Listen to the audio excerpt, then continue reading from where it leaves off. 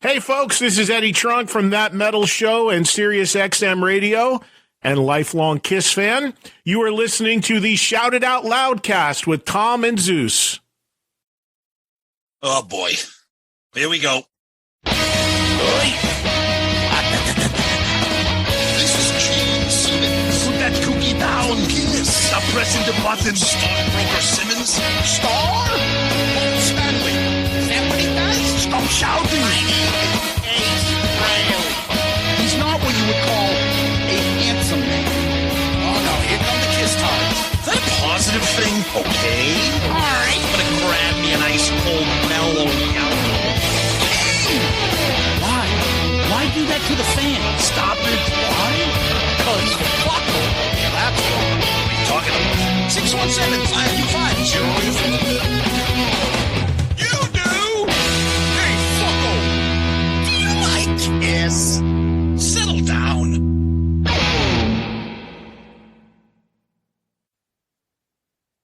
Hello.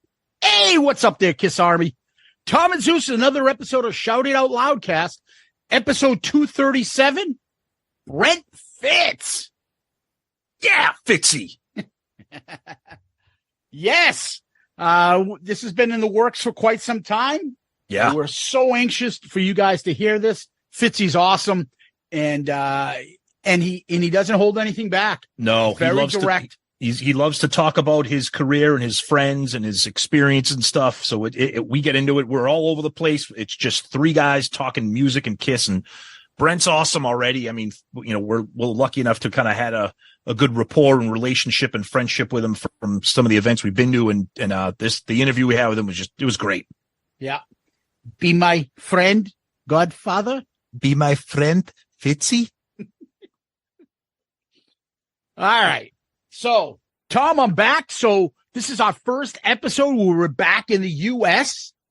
talking KISS. Yeah, and you sound nice and full and awake. It's not 1 a.m. in the middle of a Greek village. I'm trying to keep it down. With half-naked friggin' Slovenian women around. What do you mean half-naked? Fully naked, fat, roly-poly, gray bush. Fucking disgusting. Oh, if you guys don't know what we're talking about, go listen to the Dorm Damage episode. We talked about my little Grecian Odyssey adventure. Pew. And yeah, but there's one thing, Tom, that I forgot to mention. I sent you a picture of this, but I forgot to talk about it on the show, and I'm going to talk about it right here. Okay. I will post this picture up. Okay. That is, out of nowhere, the place that we rented the car. Yeah. Our rental in this little island in the middle of the Aegean has this homoerotic photo painting. Oh my God. In the back. How did we forget to talk about that? It's got like this guy in a toga, like posing like a come hither look. And then there's a guy in like a gladiator thing with a whip, like, ooh. The guy on the ground looks like who? If Joey Cassata commissioned somebody to paint a picture of himself, this is the picture right here. It's Joey Cassata in this homoerotic fucking gladiator slave boy fucking painting in the middle of this island in Greece. It looks like Joey. I don't know. Post it so we can have some Photoshop fun with it. Oh my goodness! Yeah. What do you mean? It's just him. You don't need to. That's true. It's Joey Cassata. Yep. And our good friend who likes to have a little fun at my expense lately, and he'll get something coming to him, Jack Pinocchio.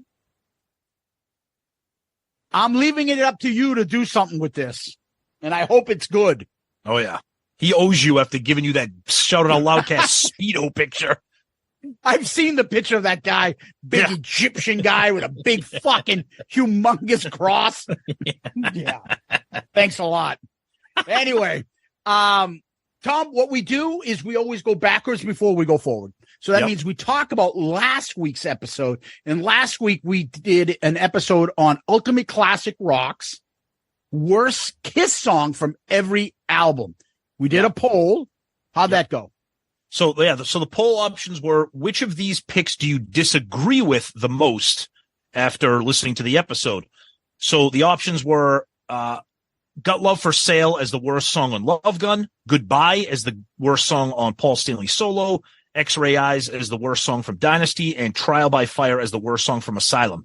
Zeus, for the first time in Shout It Out Loudcast history, wow, we have a legitimate statistical tie in the polls. Wow. So here's a little tidbit for people that don't know this. When you are looking at Twitter or X or whatever the fuck it's called now, when you're looking at it on your mobile device, on the mobile app, you're getting rounded numbers. Okay. When you're looking at it on a computer, laptop or desktop, you are getting percentage numbers. Okay. So the numbers are kind of weird sometimes. So the website might say 30.2. The app is going to say 30. So the website breaks it down percentage points. So according to the website here, Got Love for Sale and Goodbye both tied at 30.5%. Wow. First, and I knew it was a legitimate tie because the winner of each poll is in bold lettering, and both of these are in bold. So it's a true statistical tie. Then we got X-Ray Eyes at 20 and Trial by Fire at 19%. So and our close, regardless, all four. All close. Yeah, exactly. Our buddy Joe Papalato, he goes, I'm guessing Gene slept with this guy's girlfriend, and that's why he hates all of his songs. Our buddy Brad Baird said something similar. He goes, Gene really made this guy mad. I love them all, but hey, that's just my opinion. Oh, our buddy Andy says, not a major problem with any of these, but Danger is the best song on Creatures of the Night. I don't know if it's the number one, but a great choice to be the number one. Love that song. Really? Oh, geez. Okay. Love it. And of course, our good buddy Steve from Part of in Hell, he says, shame on this guy. Got Love for Sale. The worst track, Seek Help. I'm sad for you. We love Steve. We love Steve's catchphrases with that. We love that. And then let's see what we got for just the episode in general. A lot of strong opinions on this, which is the kinds of episodes that we love. Our buddy King Cusano. I hope you can get this guy on the podcast. His opinions are so different from yours. He might be drunker than I am. Oof. I don't know about that, bro. We'll find out the next time we do a live stream, which will be coming up soon. Believe me. All right. Here's one from Egghog. I haven't listened yet, but I just read the list. Did Gene tongue this guy's wife or something? What the fuck? He even picked on the 8th day because, quote, Paul just took the hit for Creatures. Stupid. Well, if we can reach out and get this guy on, we would absolutely love to. It'd be a great, great discussion. But that's the good stuff on Twitter. All right. Over on the Book of Face, our buddy Jason Warden. Agree that this dude has something against Gene. I personally love Sweet Pain. So do I. While the City Sleeps. And Street Giveth. I like that. He missed possibly one of Gene's worst after Boomerang, and that's Murder in High Heels. Murder. My Lord, that's just fucking terrible. Agree with a lot on the list. Love Gun and Hits picks were off as well. Obviously, he may be trying to get a bit controversy and get invited on some podcast. Guess that's his way. Better than my way. Yep. Steve Warsaw put a list of all his songs that he lists. Thank you, Steve. Our buddy Adam Nierenberg did the same exact thing. Raymond Gallus says, totally agree with the author on Dynasty. The first album where Gene just mails it in. X-Ray Eyes and Charisma are just laughingly bad, mindlessly repetitive. Yikes. Don't agree with that. Eric Solomon says, great podcast as usual. I have to disagree on X-Ray Eyes and Charisma. I think they're both good tunes. That's what you get. And we love the discussion, guys. Yep. Over on our Loudcasters page, Tom, Josh Brown does the same thing, lists all his songs as well. Sean DeHaan does that as well. Nice. Paul Heider says, okay, to be clear, Then She Kissed Me isn't that bad. Guess what, Paul? I'm going to agree with you on that. It's a good song. It just didn't belong on a Kiss album, but it's a good song. You can't take away from that. Scott Sunders finally got a chance to listen. For some reason, when Tom said he wears rock and roll clothes in reference to future Shout It Out Loudcast Hall of Famer Joey Cassata, he doesn't. I did the old Beavis and Butthead line. Yeah, he buys his clothes at the rock and roll store at the mall. Exactly. That was a Beavis line. I forget what video he was talking about, but I nearly wrecked my car. I was laughing so hard. It just caught me off guard and killed me. Another great episode, TNZ. Hey, do you think this guy likes Gene? No. Nope. At least not his music. But, yeah. Anyways, on Instagram, Junior Vintage, which is now Mr. A 2005. Congrats, Tom and Zeus, on being the number 1 on Pantheon charts. Well deserved. My top 3 least favorite KISS tunes of all time. I hit skip on if they come on. Finally found my way. Let's put the X in sex. That's a fucking terrible selection. That video and song is just atrocious. You're so wrong. Burn, bitch, burn. I question some of the columnist picks, but it's subjective at this stage. Yeah, come on. Let's put the X in sex is the fucking best. Love that song. I don't know about that, but that's okay. Yeah, and not just number 1 on Pantheon Top. We're the number 1 KISS podcast. Not the most popular. No. The number 1. Yes. Statistically ranked. I mean, you know what? You might be the most popular football team in the NFL, but only one of them hoists the trophy at the end of the year. Yeah. And they might not be the most popular team. So it's like the Patriots winning the Super Bowl every year, and then people say, well, the Cowboys are the most popular team. Oh, okay. Great. Okay, great. Wonderful. Great. You sell more jerseys than us. We have the Lombardi. Yeah. And the fact that you want to include maybe YouTube and stuff, great. We never said we're the number 1 YouTube channel or KISS program. Right. We say podcast, and we say that specifically for a reason, because there's a statistical thing out there. It's called Chartable. We all use it. Yep. And we all can judge and see where we are. Yep. So we didn't just pull this out of our ass. This is real. So eat as many fucking meatball subs as you want to and giggle to yourself, but it's the fucking truth. And I'm sorry that hurts you, but that's what happens when some people get complacent over fucking time and realize that people can come in with some fresh and fun and make this fun. Yeah. Show us on the Vinnie Vincent doll where we hurt you. Yeah. Oh, maybe, I don't know. Maybe I show you on my fucking posters I got from a new Facebook group.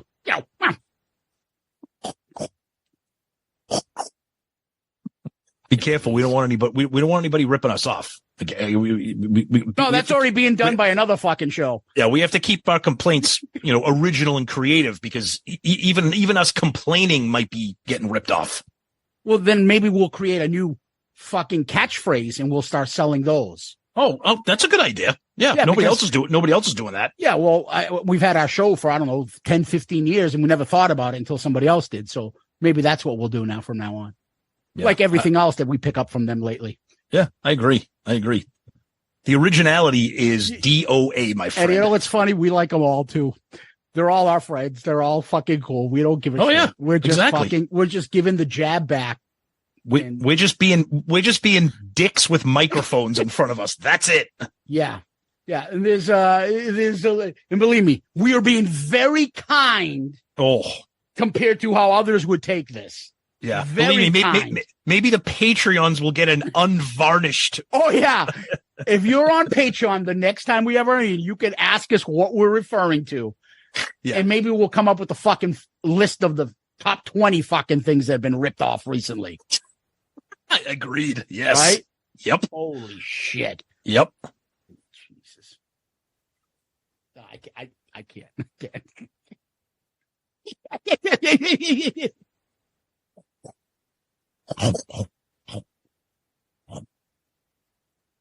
Anyway, Tom, last one on Instagram. Bassman Tim K. Okay. Great episode, guys. Again, this is the strong suit of this podcast. Agree to disagree with some of the articles and your choices, but we are KISS-tards, so I would expect that. My only real comment is that Kiss in Time should be disqualified, as it was not on the original pressings of the record. It was added on later when Casablanca and the radio station ran a contest. So now, if that is not the ultimate Kiss hard comment. I love it. I don't know. Well, you can't count that. That wasn't on the original pressing in 1974. That is you know what that is? That is the equivalent of, the school comes equipped with fire exits on either end of the library. Show Dick some respect. That's exactly what that is. But that being said, that's why we love that. We love those kinds of comments because people are paying attention. It's awesome. Yeah, Bassman Tim. Yeah. Sit out, Johnson. Exactly. Tom, over on our YouTube page. All right. Booger. Glam Rock Bandit, who apparently is a female, Tom. I don't know if you're aware of that. Oh, I know now. Yeah. So she joins Gably DeGook, our buddy and ultimate roommate, Tracy. As the only female. Oh, no. And Ann Bean is a super fan, and our buddy, the Amber Fiber Magic Queen over in the UK. Isn't Tal the UPS thing? Is that a female too, or Talker?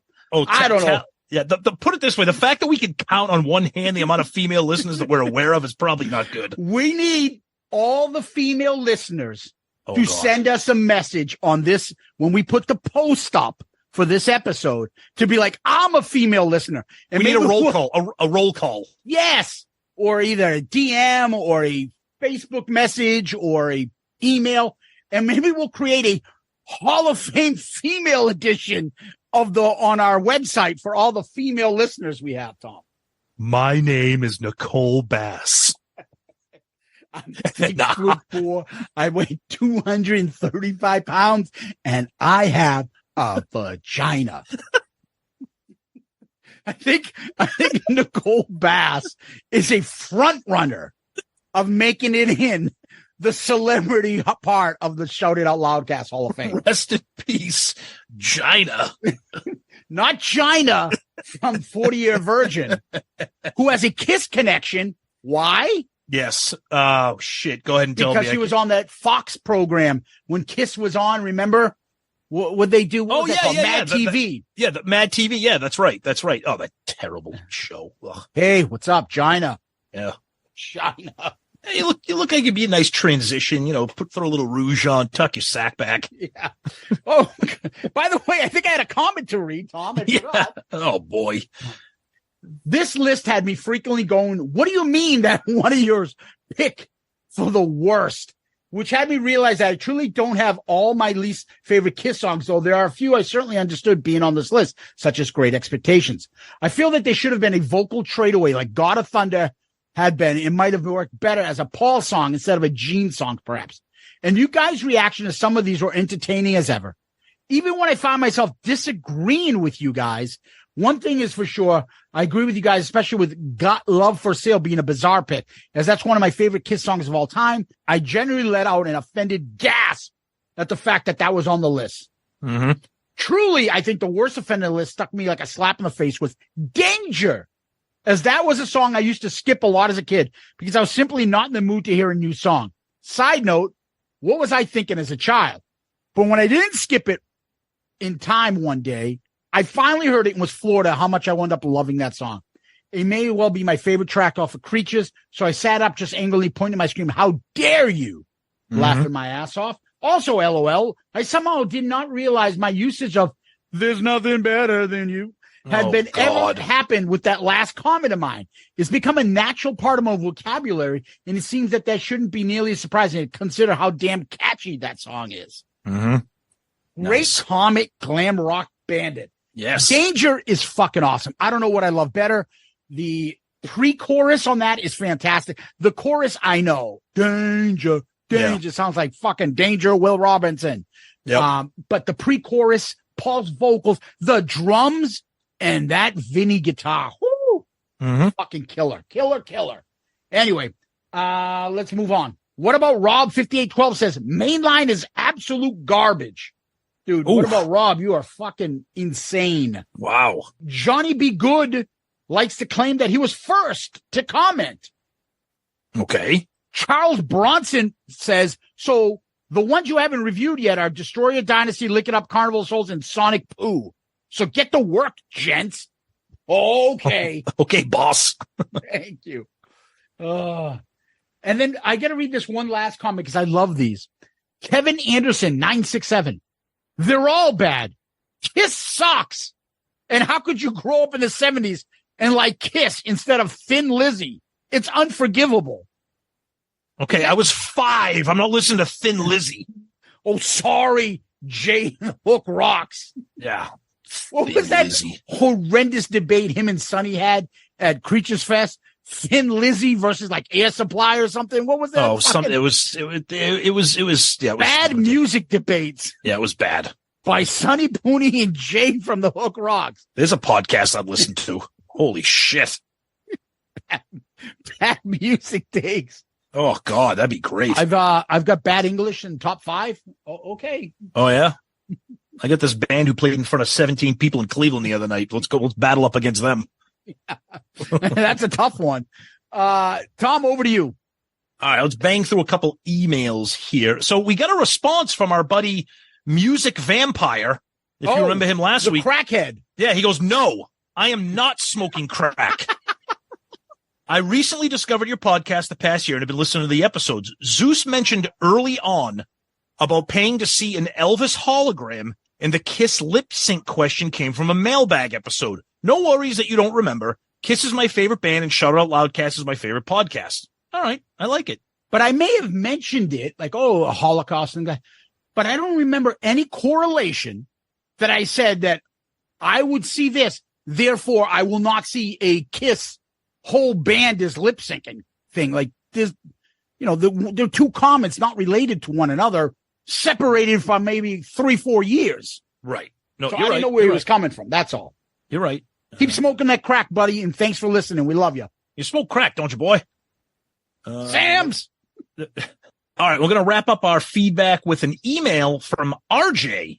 He says, I've been a Kiss fan for 42 years. Woo.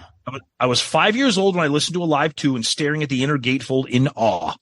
At 47 years old, I am still a Kiss fan, but I have to say this. I'm also a big Alice Cooper fan, which is why I have been thinking this. Kiss has gotten lazy. The idea that Alice Cooper has been able to release 3 studio albums of new material in the same amount of time that Monster came out, and Paul said that there are no plans to do any more studio albums because no one wants new music. We're coming up to the end, and there has been no talk about off the soundboard recordings or box sets. You have a great show, and I wish nothing but continued success. RJ, that is a great email. We've talked about this a lot. We appreciate your thoughts. We appreciate you, submitting a message to us. I don't recall interacting with you before. Thank you for the kind words about our show. And RJ, for strong opinions, which are always welcome on this show, my friend, you are the comment of the week. Good answer. Good answer. I like the way you think. I'm going to be watching you. Yeah, I will say this. Every band doesn't have to follow a formula. The fact that Alice Cooper released 3 doesn't mean Kiss has to. Is it a cliche answer, an easy answer for Paul? Yeah, but it's not the accurate truth. I think the thing that I don't like, don't want to do it. Yeah, I think the thing that I don't like about Kiss, and I know no band is going to go out of their way and do this, but have you noticed how the off the soundboard, you could set your calendar by those releases? They just drifted away. Kind of like the KISS Kruise. It's just like, it just goes away and they hope that we don't notice. I believe something will come out. I think something's going to come out soon. Well, I think what my theory on this is that next year is the 50th anniversary of the debut album. That's going to be it's going to be a 50th anniversary box set, a re-release of that album. So, I mean, I don't know. Maybe there'll be something they'll probably announce that this fall for pre-orders. And then that'll be the next big thing. So maybe that's why they're putting the brakes on the off the soundboard. I don't have any inside knowledge of that. That's just my guess. So, yeah, it could be something like that, Tom. It could also be, I mean, logic will tell you they're going to do the debut. They'll probably throw a separate disc for the Wicked Lester CD, throw that in there too. Yep. Something like that. I mean, I know we all hope, like, why don't you do a remixing of Hotter Than Hell? Right. If that's possible. And then put that out, but they're not going to skip over the debut. Now, that being said, it's a great question, great comment, but everybody's, we've talked about this before. I think everybody realizes that those guys don't want to do it. And Tom has his theory about Paul just wants to be done with KISS. Yeah. Well, I keep saying it was supposed to be over 3 years ago. Yeah. So.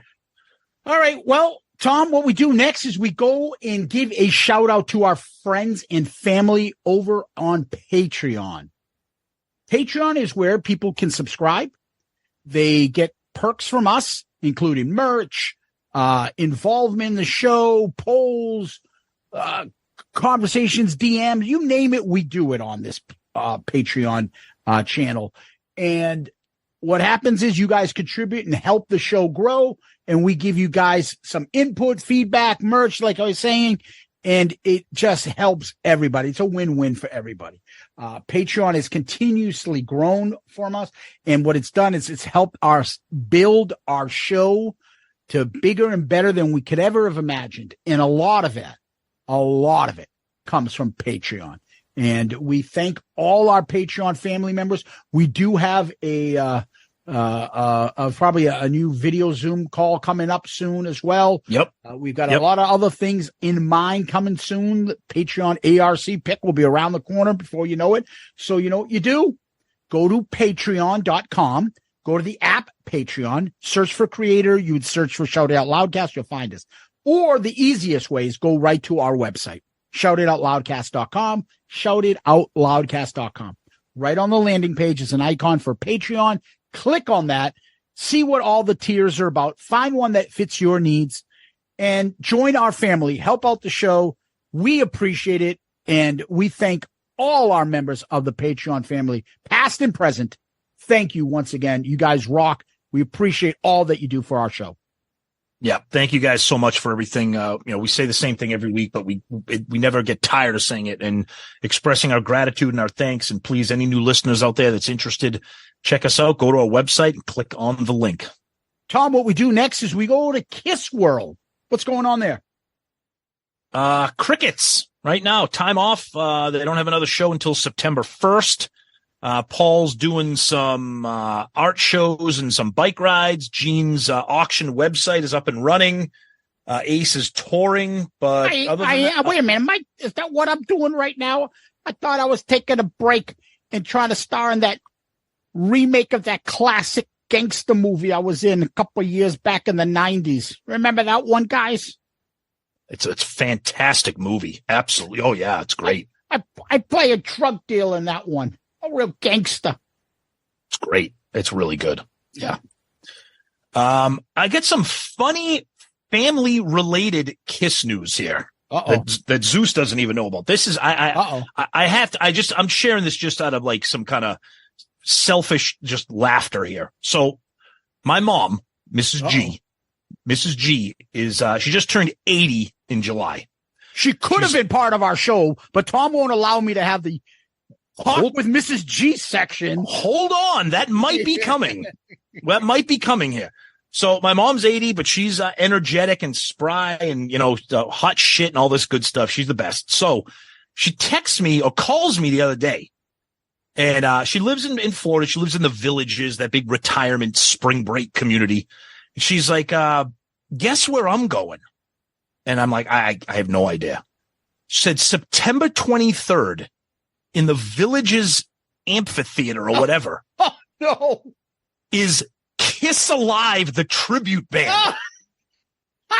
My 80-year-old mother is going with one of her friends to see a KISS tribute band.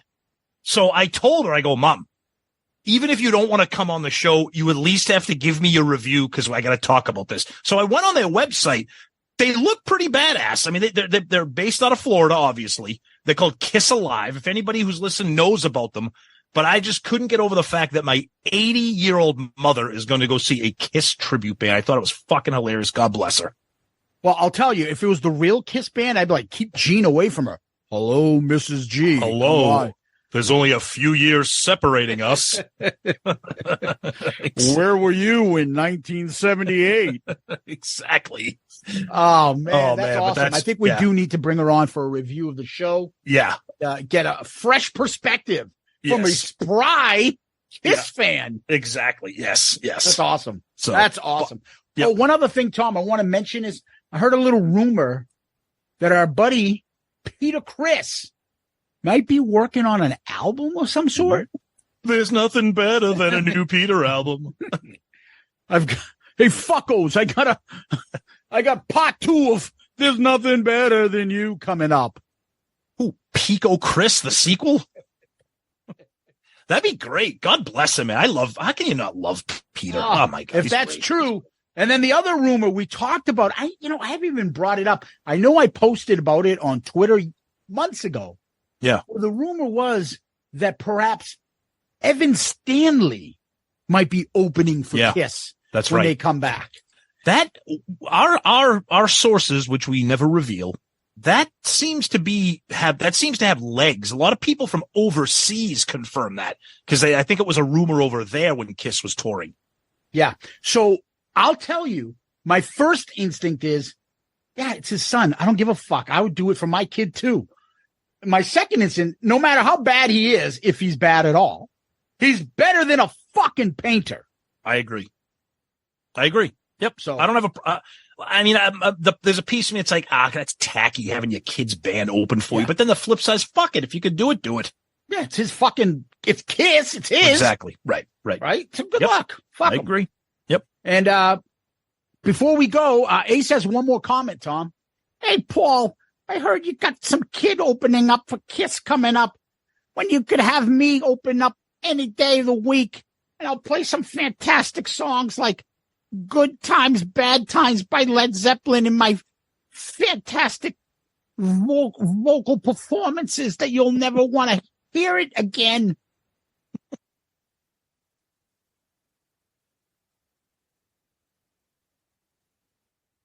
All right, we're back and really trying to convince Ace that it's just not happening. He's, if he wants, he can be Evan Stanley's roadie if when Evan's the opener. But he can't. Ace isn't going to perform. He's having a hard time dealing with that. He's going to take more pictures from the amusement parks as I'm going around that swing. I shit myself. This is going to be a problem. I feel bad for all these toddlers below me. They're going to think a bird shit on him. It's really Ace. Hey, Paul, I hope your son Nick is pretty good. Because last time I saw him, he was a young kid. But who knows? Maybe he's as good as my daughter, Gigi. Anyway. Tom, we got our buddy Brent Fitz on. I'd say it was kind of a little bit of a steal for us, Tom, because when we were talking with Brent and we mentioned it to him in Vegas on the episode, that when we saw him in Vegas, he purposely does not do a lot of publicity and podcasts and things like that. And then at the end of the night in Vegas, he turns to us out of nowhere and says, I'm going to do your show. Yeah. And we couldn't be more thrilled. No. Never mind the fact that we didn't even film the first half an hour because we were just fucking talking. Yep. The interview is about an hour and a half. We could have went on for hours more. Mm-hmm. We got a feeling Brett will be back, but we got to a lot of subject matters on this interview. Did we not? Yeah, it was great. And like we said earlier, we're so thrilled and proud to call Brent a friend. We've met him and we've stayed in touch. And to get him on here and just to talk very candidly and openly about a lot of things, you guys are going to love it. It's another great interview that we're proud of. So without further ado, Brent Fitz. All right. This week we have another excellent guest, friend of the show, following a long line of great drummers that we have had on our show, notwithstanding Joey Cassata. You know this guy from Slash. You know him from his KISS connections with Union and Bruce Kulick and Gene Simmons and all that great stuff, the KISS Cruise. You know him. We know him. We love him. You love him. The great Brent Fitz is here. Brent, welcome to the show, buddy. Just another Canadian to add to your important guest list beside the mighty Chris Jericho.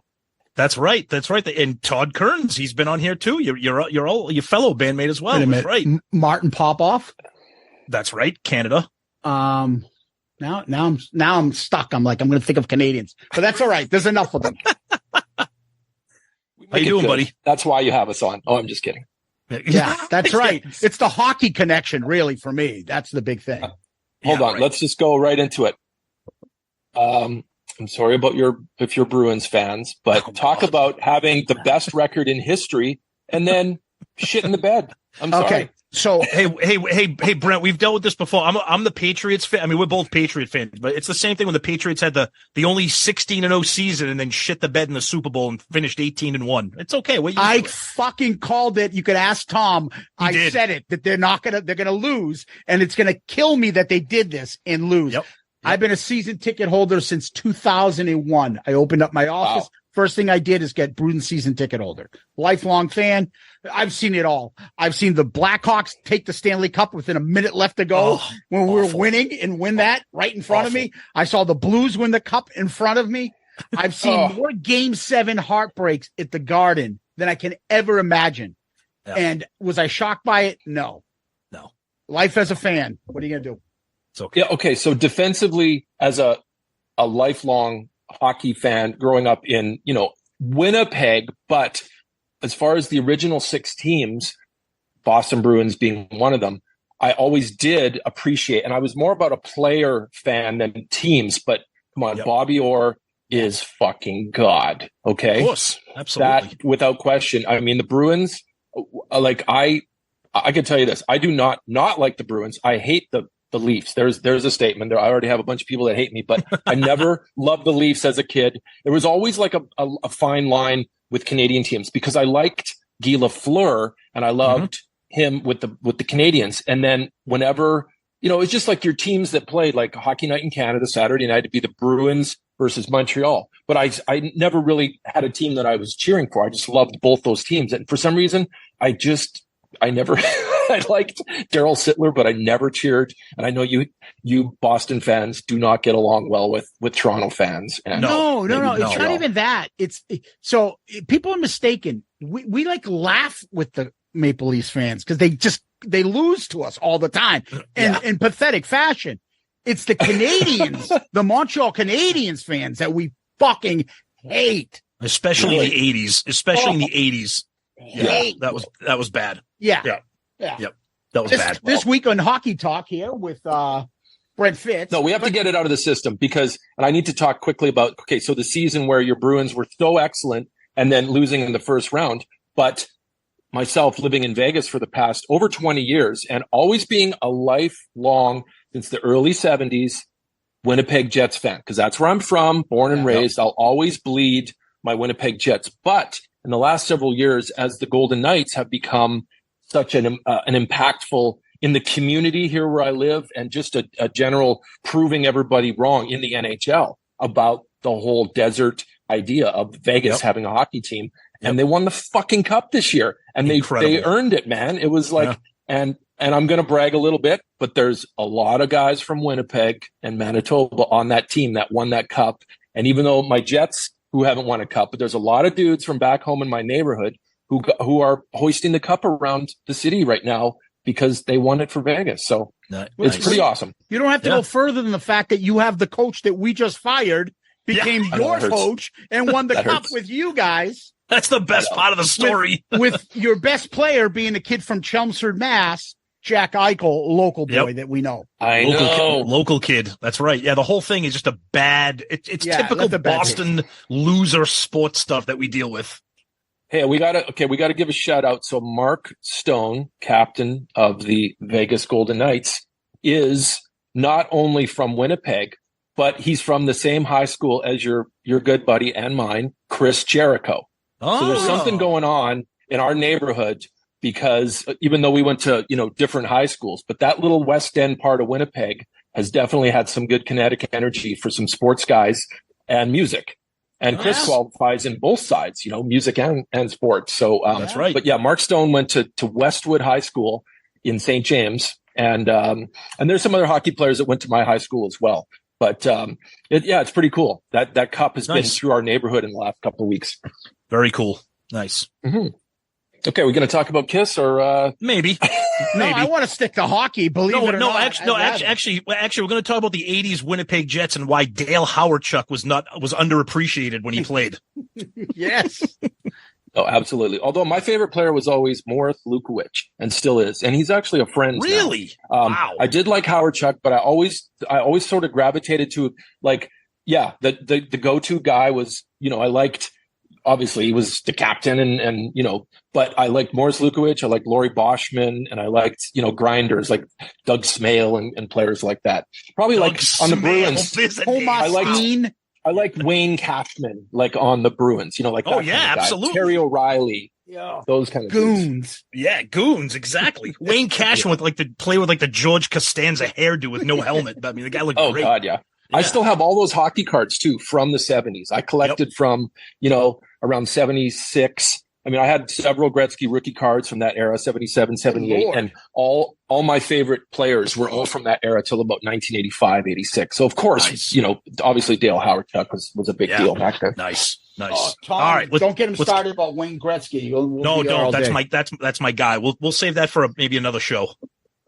Fair enough. Right. Good. Well, reason we have you here, Brett, is because we're lucky enough to forge a friendship with you over between the KISS Cruises, Creaturesfest, the Gene event. Unfortunately, we weren't able to go on all the cruises, but we went to enough that we got to meet you and got started a friendship. And we've been talking about this. You're a little bit elusive. You don't do many podcasts. I don't see you out there as much. So the fact that you decided to come on with us, it's a big deal. What does that say? Yeah, what does that big say? Deal. It's a big deal. We're happy about it very much. Yes. And it goes back to like, if I'm going to enjoy whether I'm on or not, but if I'm going to listen to someone else's podcast and enjoy it, I actually really enjoy the deep conversations you guys have over. And I'll just say the other day, I thought, I haven't listened to the last couple, and I'm like, am I really listening to a podcast about all the ex-girlfriends and wives of KISS band members? And yes, I listened to the whole damn thing, and you two guys talk.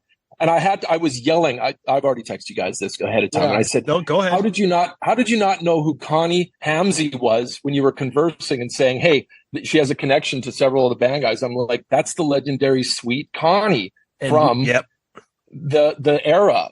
She was a legendary, groupie, obviously, but she was, immortalized in the We're American Band song by Grand Funk Railroad. Come on. Yeah, and we had a lot of people come after us with some comments and DMs saying the same thing, and that's we don't claim to know everything, but that's okay. Yeah, people take that stuff way too serious. They were giving us what was the guy that one person said? You didn't do your research. I'm a little disappointed. Oh yeah, I'm like, are you fucking? This is why the term hold on. came in.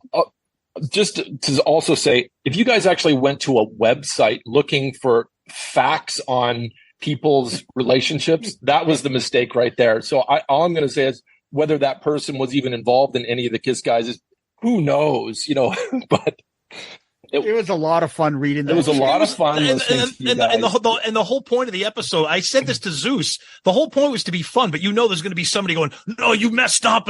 Paul dated Lisa Hartman in 82, not 83. You screwed it up. Come on, that's the beauty of KISS fans and the debates is it's just these are things that happen late night while eating really crappy buffet food on the KISS Cruise, right? That's exactly right. Yes. Speaking of that, our good friend Jeff Trott wanted to say hello to you. I don't know if you remember Jeff. He says, of course, I love Jeff. Many nights late on the cruise with you, dinners and breakfasts and stuff. And of course, but Jeff has a great camera eye. He's a great photographer too. And a lot of times I appreciate, because as a drummer, sometimes I'm a drummer and sometimes I'm other guys in the band. But for the most part, when you're behind the drums, you are probably the last person that gets the photos on stage. Yeah. Right. And when someone takes great drummer shots, I really appreciate it. So I got to shout out to Jeff, because he's always taken some great shots on the cruise. Yeah, awesome. He's a great guy, and he's the one who comes up with all our designs out and stuff. He's fantastic. Yeah, we love Jeff. Yeah.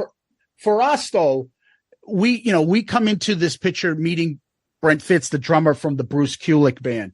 But your music goes back long before the Bruce Kulick band on the cruise.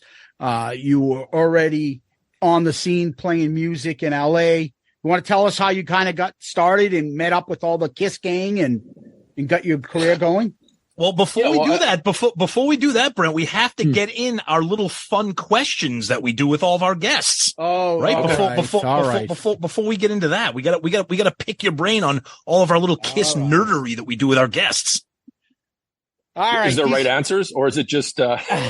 We'll see. There's no right answers, but there's answers that we'll tell you whether they're right or wrong. All right.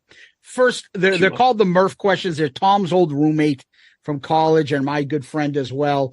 And these are questions pretty simple. Now, it doesn't have to be personal, like I'm friends with them. But did you have a favorite KISS member growing up? Yeah, I think everybody does. Whether it's either because of the makeup or a song or an instrument, it sort of always plays in it. And that's the never-ending debate. So a lot of guitar players, hey, Ace Frehley was my favorite guy because he got me into, guitar. Or, Paul is a singer and Gene because of just that whole, the presence of the intimidating, horror factor, demon, whatever. I would say makeup wise, always liked Ace Frehley. Okay. I just and I loved, and as a kid, I was into, I remember doing all my projects at school were always on space travel, the Apollo lunar landing on the moon and all that. And Ace Frehley was from outer space, man. It was like, nice. It was your superhero was, he was and look, admittedly, so age wise, I'm probably close to you guys in age. But in the 70s and late 70s in particular, when the real merchandising started to come out, and I was a very impressionable age, probably in it's best to just timestamp. Let's say 1977. Let's say like from Destroyer 76, and Love Gun, and Rock and Roll Over, and all that, and Alive 2. I was and when Star Wars came out, the movie 77. Let's just pick the year 1977. I'm 7 years old. Yep. Holy shit. That's a year when everything is, you're just influenced by movies and music and the action figures that came out at that time for KISS were perfectly placed for a guy like me, the comic books, everything. So I just, I became a drummer because a lot of my friends in the neighborhood all played guitar. So I thought everybody in the band was great. I never thought, anyone was better than the others, but, I just kind of I liked Ace's makeup. But I never played guitar in a band, but I was always the drummer. So I used to mimic Peter Criss's drum kit in my basement, I had all these, a Muppets drum kit, and I used to add extra drums to make it look like Alive 2 or something, we all did this shit. Yeah, of course. Yep. And it was, and I thought Shock Me was a great song. I loved Ace, on the live version, all that kind of stuff. But, the first time I went out as a KISS member for Halloween, I actually was Paul Stanley, interestingly enough. Yep. And I never wore jeans. Is that because he had the easier makeup to do? It was easy to be Paul Stanley? I don't know. I think about the old photos. I look back, I go, the first time I dressed up in school, I was Paul Stanley, and I had the armbands with the feathers hanging off, and I had the wig and everything, my mom's boots. So I did Paul Stanley. And then after that, I was always Ace, or whatever. But I don't know. Let's just say it's not always about me here. Discussion was, what were you guys, or why were you influenced by a certain guy when you were young? I see Peter on your shirt. Okay. And I had the Peter costume. Yeah, I've been a Gene guy since the first time I picked up the cover of Love Gun when I was 5 years old. A Gene guy since day one. I'm a horror guy. The blood spitting, the fire, the demon. That's my guy. Love him. Okay, and then let's talk about Kiss Meets the Phantom, the movie, because you really got another sense of the characters in that movie, right? Because they were acting and I don't know. I just it's really hard for me to be specific, but as a whole, I loved the whole thing. Everybody was larger than life, equally so, and their strengths were so good together, at that time, that I was just, I never had a one guy on my wall. I always had pictures of KISS together on my walls. Yep. Although I have to mention that photo of Gene from Alive 2 is fucking incredible. The greatest. That just is such an intimidating imagery. You just keep looking at it and it's mesmerizing because it says so much as, you know, it's like, it's scary, but yet it's so rock and roll. And it's just, like, you know, the sweat, the blood, the snot, the drool. It's vicious. It's the best. It's epic. It's epic. Yeah. Yeah. And it's interesting now if you have Gene, you know, when you meet him in person and you know, you realize what a wonderful guy he is as a person, and then when you put that imagery and that person into perspective, it's like a whole different persona. Totally. Yep. Yeah. It's like the wrestlers in the wrestling world. Like when they get out of character, you're like, I can't believe this is like the nicest man. But when he gets in the ring, he's like saying all these vulgar things. He's an asshole. They turn the switch on. Gene's the same way, it seems like, right? Yep. That's great. All right. Do you have a favorite KISS song? And it could be this week. It could be, this is the song in my head right now. It could be your favorite song growing up, whatever. I always remember a moment that keeps coming back when I was really young, and I would listen to On Love Gun, and the song that I played the most on my and I never had the KISS record player. You know, I actually had a Mickey Mouse record player. This is again like 1977. So remember, there's like a little crude, crappy thing with the arm. Oh yeah, the KISS had the same one, but I just didn't have the KISS one. I had the Mickey Mouse one. But I played the shit out of my Love Gun record, and I remember, and we all did it. When you looked at the middle of the record and the four guys from the Love Gun cover went around, and you just stared at it and you listened to the songs. And I always remember Plaster Caster. Just don't know why. That song always sticks out. Christine 16, pretty awesome too, because I liked the piano intro, and I played piano as a kid. I just thought it was really cool that KISS had piano in a song.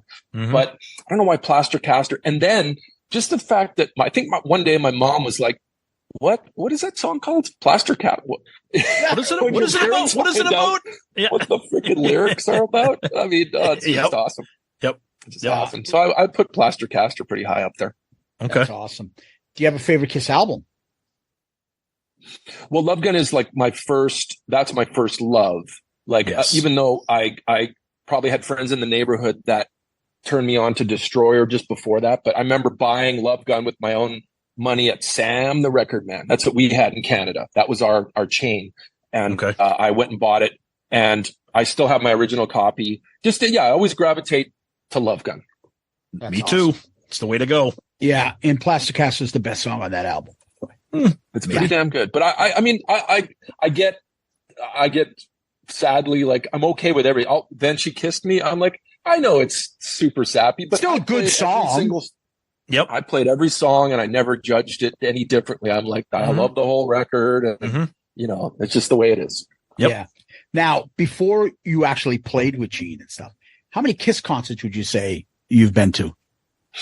Oh, great question. So I didn't get to see my first, when I wanted to, which would have been the Love Gun tour that came through Winnipeg. Again, I'm from small town Canada, and Chris Jericho and I basically have the same template of opportunity to go see KISS because we're the same age. Yeah. Okay. Chris and I are, I'm 53, Chris is 53. So that one tour before, when KISS came, and KISS came a lot in the 70s, and we were just a little too young, but KISS actually made it was very impressive that when I look back and you document, KISS came to Winnipeg several times before the Love Gun tour. Really? So I was just a little bit young, Cheap Trick opening, but the next opportunity, they didn't come on Dynasty and all that. They came no makeup, Animalized tour, and Chris Jericho and I were front row. That was my first time seeing KISS. Wow. And did you go with him? Well, no, actually we weren't, because we were from different high schools. You remember growing up, like a different high school friend was like, you didn't know each other. It was kind of like, Tom. even though Tom went to the Catholic school in town, I went to the public. Yeah. We probably ran into each other at 7-Eleven and McDonald's down the street from our schools, but we just didn't. My friends were from the same high school, and you know, same with Chris. So, but we ended up, all of us, in the front row at the KISS concert. And so that's probably where my first running into Chris Jericho's were at the concerts and wrestling. I went to wrestling, even though I didn't become a wrestler, but I went to all this AWA wrestling stuff as a kid. I loved it. And, so Chris and I went to the same concerts. We went to the same, you know, because we were the same age and loved the same shit. So we saw KISS in 84. And then 88, was Crazy Nights, right? Does that sound right? 87, 88. Yep. Next time KISS came 87. through. Yep.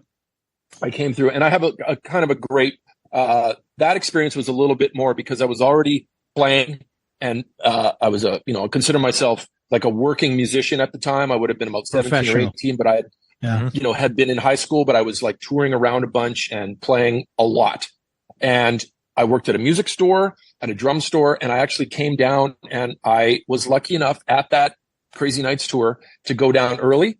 I brought the Eric Carr's drum tech had called the store, and my friend Carrie Allum, the owner of the store, said, "Hey Brent, KISS is asking, the bands would come through and hey, we need some heads sent down or whatever." And I had done it a bunch of times. Come down to the show early, drop off some heads. I got to meet Eric Carr that day.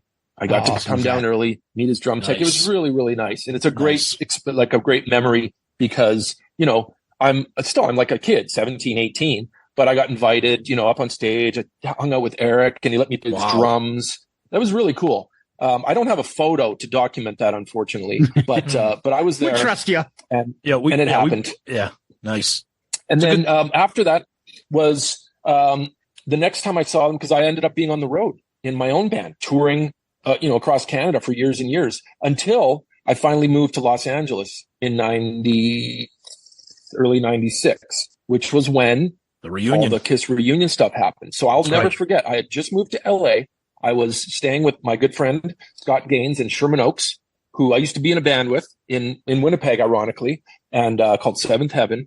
And I turn on the TV, and it's the Grammys, and we all saw it when the makeup 4 members of KISS came out on the Grammys. That was like, holy shit, and I had just moved to LA, and knowing that was going on in LA, it was pretty cool. Yeah, that's pretty cool. So is it fair to say maybe about 5 or 6? Yeah. So I saw that reunion tour, first one. I actually saw it at the Forum in LA. So that was pretty epic. Wow. Okay. Nice. And I did go there with indirectly with Bruce, because we had just started. There's a whole backstory of how I met Bruce, when I moved to LA, which was great to start working with Bruce pretty early on. He's one of the first musicians that I had started to work with when I moved from Canada to LA. But yeah, so, and then many KISS concerts after that, of course, being on tour and of course, running into them on European festivals and stuff like that. So how many times have I seen KISS? Probably 15, 20 times by today. Yeah. Okay. Gotcha. Now, do you have a favorite KISS memory? And that could be buying your first record, meeting Gene for the first time. Anything. Could be the Eric Carr story you just mentioned. Yeah. That could be it too, maybe. Eric, that was a good story. I think there was a great night when Union, my band with Bruce Kulick, had come through. We had just put out our record. This is 1998. And we had just started to do some tour dates. And we came through LA. We played the Reseda Country Club with the band. So that's Bruce Kulick and I, John Carabia on vocals, and Jamie Hunting.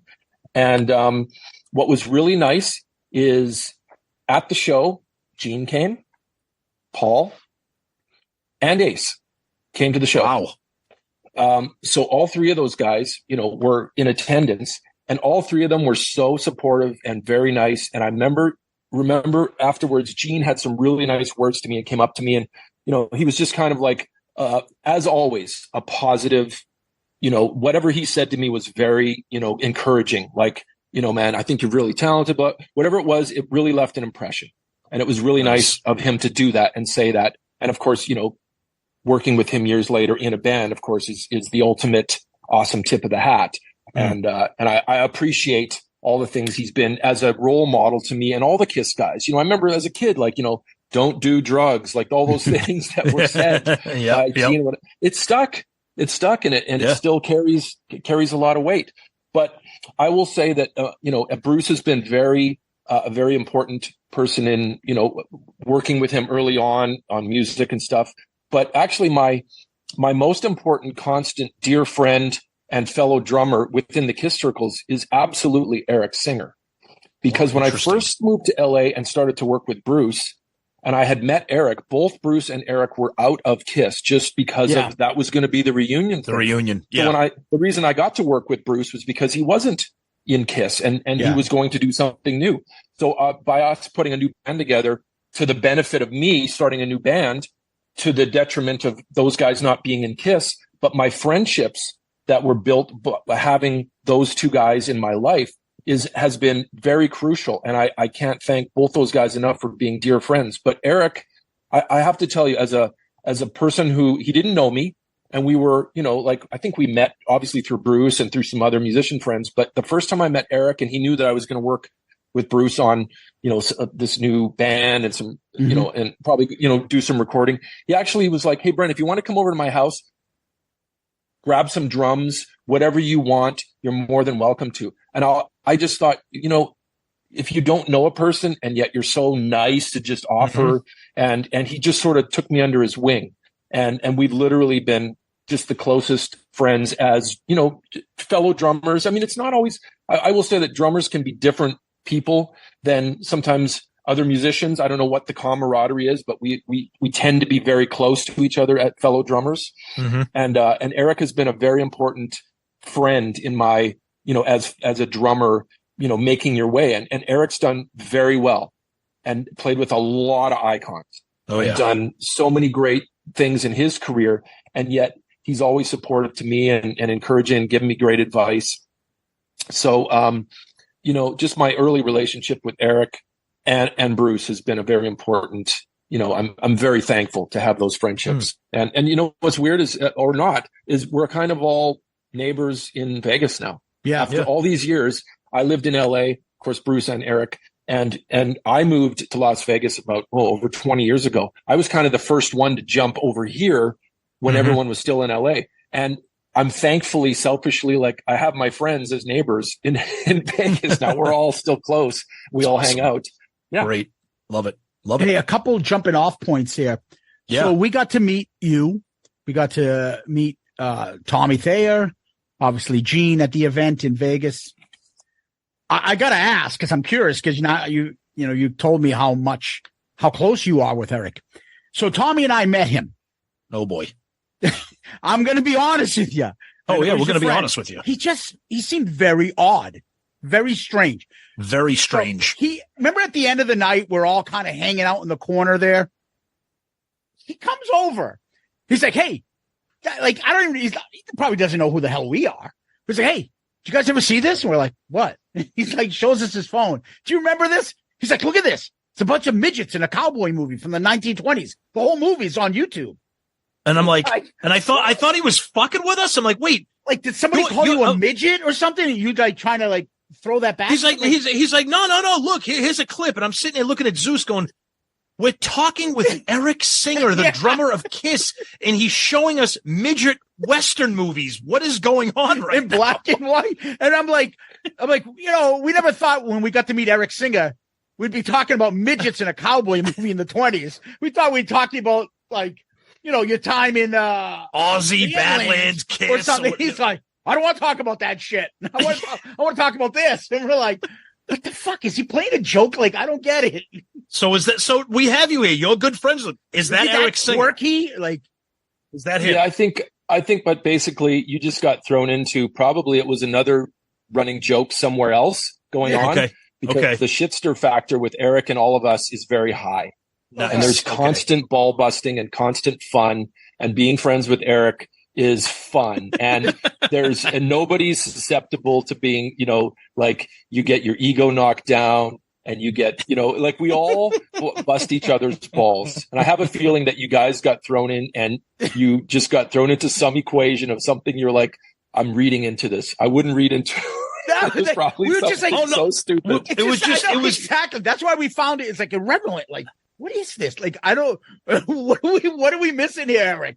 And we were like, we want to talk about Badlands. He's like, I don't want to fucking talk about Badlands. And then later on that night, because of Jericho, we go downstairs and run into a disheveled Jakey Lee pops into the casino. We're like, holy shit, what the fuck are you doing? Like we were just talking about you. It's like an unscheduled Badlands reunion that nobody wants to be a part of. I know. I'm well aware Jakey Lee is a Las Vegas resident, and I've been, I played on his record, Red Dragon Cartel. Oh, that's right. Yes, there's the connection. Jesus Christ, shame on us. That's right. Yeah, that's okay. It never ends. And and I have, I've ran into Jake at several other things. In fact, more regularly at hockey games. Oh, wow. Everyone runs into It everyone looks like at he's been in a Knights couple game. hockey fights lately. He was stumbling around that casino, and Red Cup Jeff was like, "Oh, look who's coming! Don't go to the bathroom yet. Wait." I'm like, who the fuck is this homeless dude? No offense, let's be he's fair. awesome. He was super funny and nice. Now let's be fair. It was also It was also 2:30 in the morning. Yeah. So I mean, we were all like fucking hammered by that. Yeah, we were all on life support at that time. So it was just was the it whole not night like was fucked up. Hold on, the next day. Did Jericho not tweet something like something went down at his hotel? Yes. Maybe you guys caused that. I think you fucked up. You all got fucked up, and somehow Jericho something happened in the hotel. I'm blaming you guys because I saw him post about it. No, don't blame us. Hilarious because he was fucking sloshed. Oh, like all of us were. And then like 5 or 6 in the morning, I roll over. I look at I grab my phone and I'm like, what the fuck? He's like, fuck you, Mandalay Bay security. You think you can fuck with me? Fuck. I'm like, what the fuck is he talking about? Well, all I can say is I read that the next day and I said, I just left these guys and everybody was well behaved leaving Gene's event. It was, an awesome hang at the end of the night. Of course, we closed that restaurant down and let's set it up. So Chris played that night. He played over with Fozzy and with Fozzy, Ugly Kid Joe, and they made it over to hang, which was awesome. And I remember, Chris was texting, "Hey, are you guys still hanging?" I go, "Absolutely, come on over." That worked out great. Yep. And Gene was happy to see Chris. They're friends, of course. And everyone, Bruce, Eric, we and we're all connected. Of course, Todd and I, it was great. It was great to see Chris and PJ and have you guys hang out and watch us all, just be. Whatever. It's like, we pick up where we last left off or something. Yeah, it was you guys perfect. were like, and then I was like, okay, Chris and you guys are good. I'm going home. My wife and I are out. Thank you. Good night. And I thought you made a smart move. Dudes, it was Sunday night. What the fuck in Vegas? Nope. Yep. Things went sideways. Things went sideways fast. The poor guy who was managing that steakhouse, he was trying to kick us out. He came over the first time. I was like, "Hey guys, we got there was literally nobody in there but us."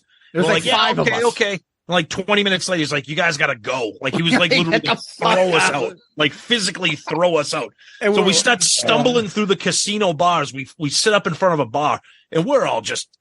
Correct me if I'm wrong. I think somebody bought like shots or something. And then all of a sudden, like you said, Jakey Lee shows up. What are we doing right now? Like, I think Jeff was the fucking soberest of everybody there, probably. That should fucking tell you something. Right. And it was a sloppy night. It's just another Vegas night. It doesn't matter if it's Sunday or Saturday. It's exactly. Like and that's why. What's the movie? The famous, the movie about Hangover. Vegas. The Hangover. The Hangover. It's just you had your own storyline. That was the same shit. There wasn't a tiger or anything, but there was some crazy shit. Oh yeah, And what was great is before that night on Friday, your mutual friend Eddie Trunk was like, because we never met him in person, so he was like, "I might be in town for a little bit," and he's like, "I'm going to be coming down. I'll stop by. Where are you guys staying?" And we told him, and we're at the Rio, and he comes by and he's like, "Yeah, and I'll have Brent with me." I'm like, "Fitzy." He's like, "No, not that. No, the other Brent." Yeah. And then you showed up. I think you got double shot, right? Yeah, exactly. No, because so Brent Woods. Yep. Brent Fitz. Now we're in the same band, Brent Woods and I together. We used to play in Vince Neil. Back in 2001. And at that time, the Brent's guitar tech was fucking Brent Diamond. So we had 3 Brents. 3 Brents. That was instantly like, we will never be our first names again. I've been Fitzy, of course, my whole life, but that was the time where it's like Fitzy. And Woods is always Woods. So when you said Brent, it's only because we've stopped calling each other by our first names around everybody. And you weren't wrong. It's just that now but Gene has asked to have the two Brents in his band. So there you go. Now we got to deal with it. Yeah. And it was awesome. And we got to hang out that night with Eddie and Brent, and it was just the start of what I like to think of as another great friendship in the KISS world. And since then, we've talked about getting you on, and you're like, I don't do podcasts. I'm like, I know. We'll get you on. And then before the night was over in Vegas at the Gene event, you go, I'm going to do it. I'll do your show. I'm like, yeah, fuck yeah. Listen, it's worth it just to hear your guys' voices. It's something that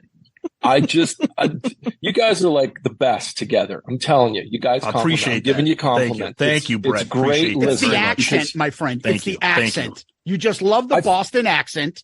And we had this little battle at the end of the night. Remember, all the Canadians who were around, and we had our other friend. What was the friends that we met there? The Winnipeg guys. Weren't they the Canadian couple that? Yeah, Joe and Audrey. Joe and Audra. Yeah. And they were all, you Canadians are all together. They're from like Vancouver area. Yeah. Yes, they are British Columbia, I believe. Yep. Mm-hmm. And Jericho was trying to mock my Boston accent. And I'm like, fuck you guys back. Yeah, that's when we had drunk, angry Jericho at that time. Yeah. He shows up often. Confrontational Jericho showed up that night. Oh, okay. When he called me Michael Jackson, he's like, well, what are you? Aren't you like a musician or a journalist? He said, aren't you an entertainer? Be like, entertainer? No. He said something about like, well, as a podcast, what would you call yourselves? I'm like, I don't know. And he's like, well, journalist. When you ask, I'm like, we're not fucking journalists. Then what are you? I'm like, entertainer, I guess I would say. If that's okay, Michael Jackson. We're not. Yeah, and he's like, okay, Michael Jackson, fucking Prince over here. I'm like, dude, what the fuck?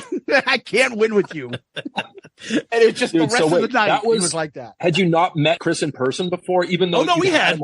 We've met him several times. We've met him a few times. Yeah. Okay. Oh yeah. And we get different versions of him every time. And they're always fucking hilarious. They're always hilarious. Yeah, they're always hilarious. But let's take a step back here and tell you. You started hinting at your relationship with Bruce, and I got to say, I'm so glad that we have you on the show so everybody can hear this. But you participated, in my opinion, two of the most underrated Bruce centric albums: the '98 Union debut, and then that BK3 album. Those two albums. So great, especially Union. And so tell us how you got connected with Bruce, and to this day you're still friends with Bruce and still playing with him. Well, yeah, when I did move to LA, it obviously introduced me to all these Los Angeles connections. Yeah. So, but I'd actually worked with in Winnipeg a great singer, Lenita Erickson. We played in a band together. So she had moved to LA. She was actually from Michigan. We played in a band called Shake Naked in Winnipeg, Lenita Erickson and Shake Naked. And when she ended up going down to LA. And if I'm not mistaken, I believe to work with, I think Vixen, because Roxy Petrucci and her were from Michigan together. Anyway, her KISS connection started when she was working with producer Kurt Cuomo, who had worked on a solo record with her.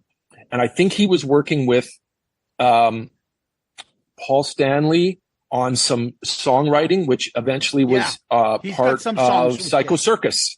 Yes. Okay. So around that time, and he'd worked with Eddie Money for years and years as a producer. He was a songwriter, producer guy.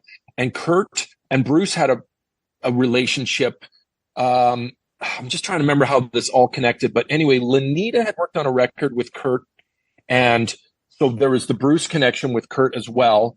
And because I had played with Lenita, I think maybe they had Lenita and Bruce had met.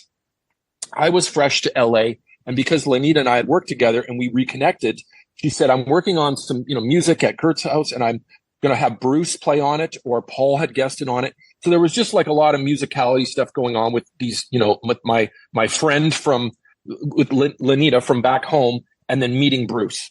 And Bruce and Lenita ended up working on some stuff and doing some acoustic shows around LA. He was kind of helping her with some of these solo stuff she was doing. And again, this is right after KISS. Bruce was, obviously looking to do some other things. And the good thing was, while he was also working with Lenita, he had also connected with John Corabi at the same time, because John Corabi was just not in Motley Crue at the same time. And ironically, it worked out great that Bruce and John formed a friendship and a writing relationship that was the early version of Union, was John and Bruce working together. And I just happened to be fly on the wall at the time, new guy in town. And when I came down to the studio a bunch, I remember John and Bruce were kind of like working on demos, and they had, I think Kurt had played maybe some like drum machine, drum stuff that wasn't live drums. And I had said, hey man, if you guys need me to play some like piano on this, or cause I'm multi-instrumentalist guy, I consider myself piano first and then, melody instruments and drums. So, I just offered to like be helpful at the time. And as they got to know me, I said, hey, if you want me to put some drums down, I can do that. And they were like, oh, you play drums? Cool. Because I think when I had started to play with Bruce and Lenita, I was just playing like percussion, or maybe, it wasn't like a defined, what's this guy play? He's just, he's, multi-instrumentalist. That's kind of the long answer to that, is Bruce and I met in that circle with Lenita and Kurt. And I'll remember, like, when we were working on the Union stuff, Paul Stanley had come over a few times and worked with Kurt on some of those songs that were eventually Psycho Circus. I met Paul at the same time over at the studio and had, just conversations, small talk conversations while they were working on, so it was funny, like Bruce wasn't in KISS, but yet him and Paul, had still been, obviously everyone's still friends, but they were, everyone was kind of working over at Kurt's house. And, so that was the early stages of Union, was putting those demos together. And then they were like, oh my God, you can play drums. So I played drums on the demos. And then we were kind of like, well, maybe we can turn this into this recording project into a band. And that's when, hey, we're going to get a bass player. We found Jamie Hunting. And then, the happy accident turns into, well, that's the band. Let's go, make this real. Yeah. And the album's fantastic. And I was so excited when recently it was, I'm like a vinyl geek. So when everything was recently released, on vinyl, and just to get a whole group of like a whole, generation or fans that maybe, with that album, it's so underrated and so underappreciated, to see it come back into the fray, almost 20 years later, I thought was just really cool for you guys and for the fans. Well, and I remember too, guys, like when 96, when I first got to LA and we worked on the record, late 96, most of 97, and the record came out early 98. So that era of things going on in Los Angeles was Foo Fighters were still an up and coming. So like there was like Color and the Shape had just came out, and that record was kind of big, but there was definitely the post grunge thing it was like, it was a past tense almost. And we were kind of coming out as a rock band, straight up rock band with, trying to find a voice and a sound, having a guy from KISS and Motley Crue, it was interesting how I think when I look back and I listen to the records, we weren't necessarily, sounding as much as KISS and Motley Crue, but we were a little bit of the flavor of the current time. Yes. Of that mid 90s and a little bit of a later grunge, but not like it wasn't so much grunge. It got thrown into the category of those kind of bands. Yeah. It was that late, like you said, it was that late 90s, that post grunge kind of like darker, like rock sound, Yeah. Yeah. Yeah. And, I like listening to the record today. I kind of go, well, I loved how and why it got put together with Bruce and John, having a new opportunity to express themselves together. And I just kind of came in as the glue, and I kind of felt like that was my launching pad in a lot of ways, because I was new guy. I came in from LA and, everything was a first for me. There was less to prove because I wasn't from KISS and I wasn't from Motley Crue. And I was just really glad that these guys wanted to work with me because, you know what I'm saying? And growing up on the catalog of KISS and knowing, how better of a band to start with guys that you already know so well. I didn't have the opportunity to play with guys from KISS and Motley Crue until I moved to Los Angeles. I went and saw those bands and loved them. I had to move. Yeah. I moved to LA to go to the land of opportunity. Mm-hmm. And then somehow you get connected eventually with Slash and join his awesome band. Yeah, it's all connected. It's all relationships. And years later, of course, probably all the seeds and the relationships from the early LA Union days and all the other bands I worked with. Because, after Union, it turned into I got to play, ironically, after playing with John from Motley Crue, I worked with Vince Neil from Motley Crue. And amazing. That's awesome. There was stuff in between. I played, with Gilby Clarke early on. That's, a member of Guns N' Roses before I played with Slash. That's I played on, some recordings of Gilby's, and I toured a bunch with him, and I played in the Bullet Boys for a hot minute. I did some great recording with, we recorded at Cherokee Studios with, why am I drawing a blank? Worked with Led Zeppelin. Oh God.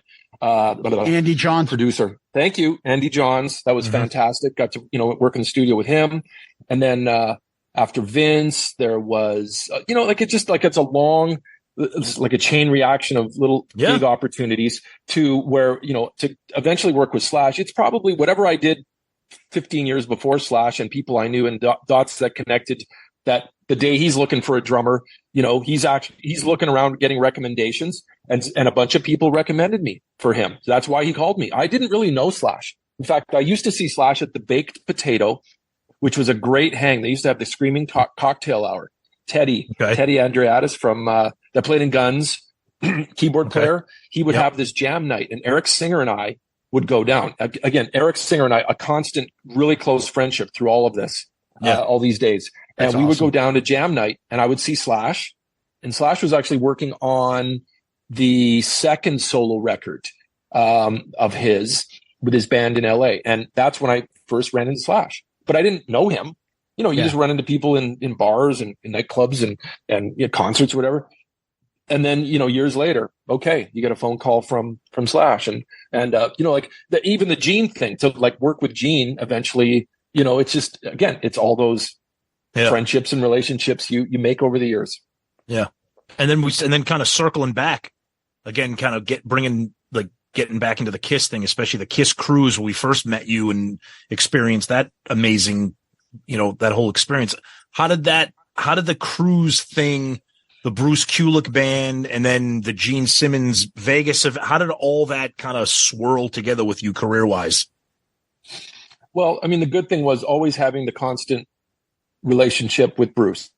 Yep. And even though we hadn't played together in a few years, we were always, very close. I mean, after the Union albums, and we never broke up. For the record, that band has never broken up. And it's funny how we put out these, recently in the last year, we re-released every Union product on vinyl. But it's just a celebration of the band. We never broke up. We just decided, hey, let's put, the stuff that wasn't on vinyl, let's put it out. Yeah. But we went and did solo records together, Bruce's solo records. So I played on all of Bruce's solo records, which there's three of them. Transformer, BK3. Yep. Audio BK3. Dog. Actually, BK3 has an important, there's a few little tent poles that have to get mentioned. So around that time, that would have been about 2009. And that record was, Bruce had put together after it was going to be released, he put a release party together in Hollywood. The cool thing about that release party was that was the initial chance to rekindle with Bruce in a live band after Union. So Bruce wanted to do songs from the new record, but we also wanted to do select KISS songs from Bruce's catalog. Because, Union didn't play a lot of KISS songs for the record. We actually played Union songs, and it was mostly, I think we did Power to the Music, a Motley song. And if I'm thinking back, there wasn't a lot of we weren't relying on the KISS catalog or the Motley Crue catalog to promote that band. It was all about the new music. Anyway, so in 2009, or maybe it was early 2010. Anyway, the release party was at the Cat Club in Hollywood. Bruce assembled a band with my help, and he said, "Hey, I want to put a band together to play that night." Well, Todd Kearns became that was the new introduction to Todd. But Bruce had not met Todd before. I introduced Todd into the circle because Todd and I go way, way back in Canada into our early club days.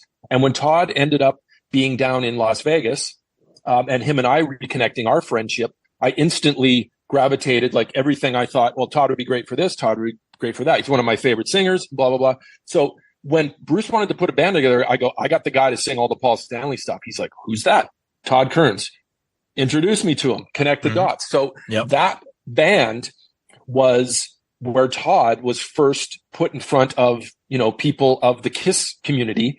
And Bruce put a great band together that night. And Gene filmed it for the Family Jewels. It was an episode. Right, you've been you've been on that yes. a couple times, a couple episodes with. That's right. Yeah. Well, Yes. just also to back up too. Now, when Bruce recorded that record, there was a guest. There were several guests on his record. Yes. Gene Simmons being one of them. Mm-hmm. Yep. So, and Nick Simmons being one of them. Yes. Yep. So what happened was it worked out great that we thought, let's have Nick do his song in the Bruce set, and Gene wanted to film it. So it worked out great that, Gene, actually, was Gene there that night? Well, it doesn't matter, but they filmed it for Family Jewels that night. And that sort of was like the new, like Bruce and I reconnected. We played a bunch of KISS songs. We played a lot of stuff from like Crazy Nights that night and stuff like that, Revenge. And so that sort of brought Todd, Bruce, and I together. And then, ironically, just within days after that, while I was still in LA, that's when I got the phone call from Slash. Was that same, couple days span there. So as Bruce was putting out this new record, I actually got the call to play with Slash. So I, started to work on, this thing with Slash where we were going to put a new band together. And, I had a lot of things juggling at the time.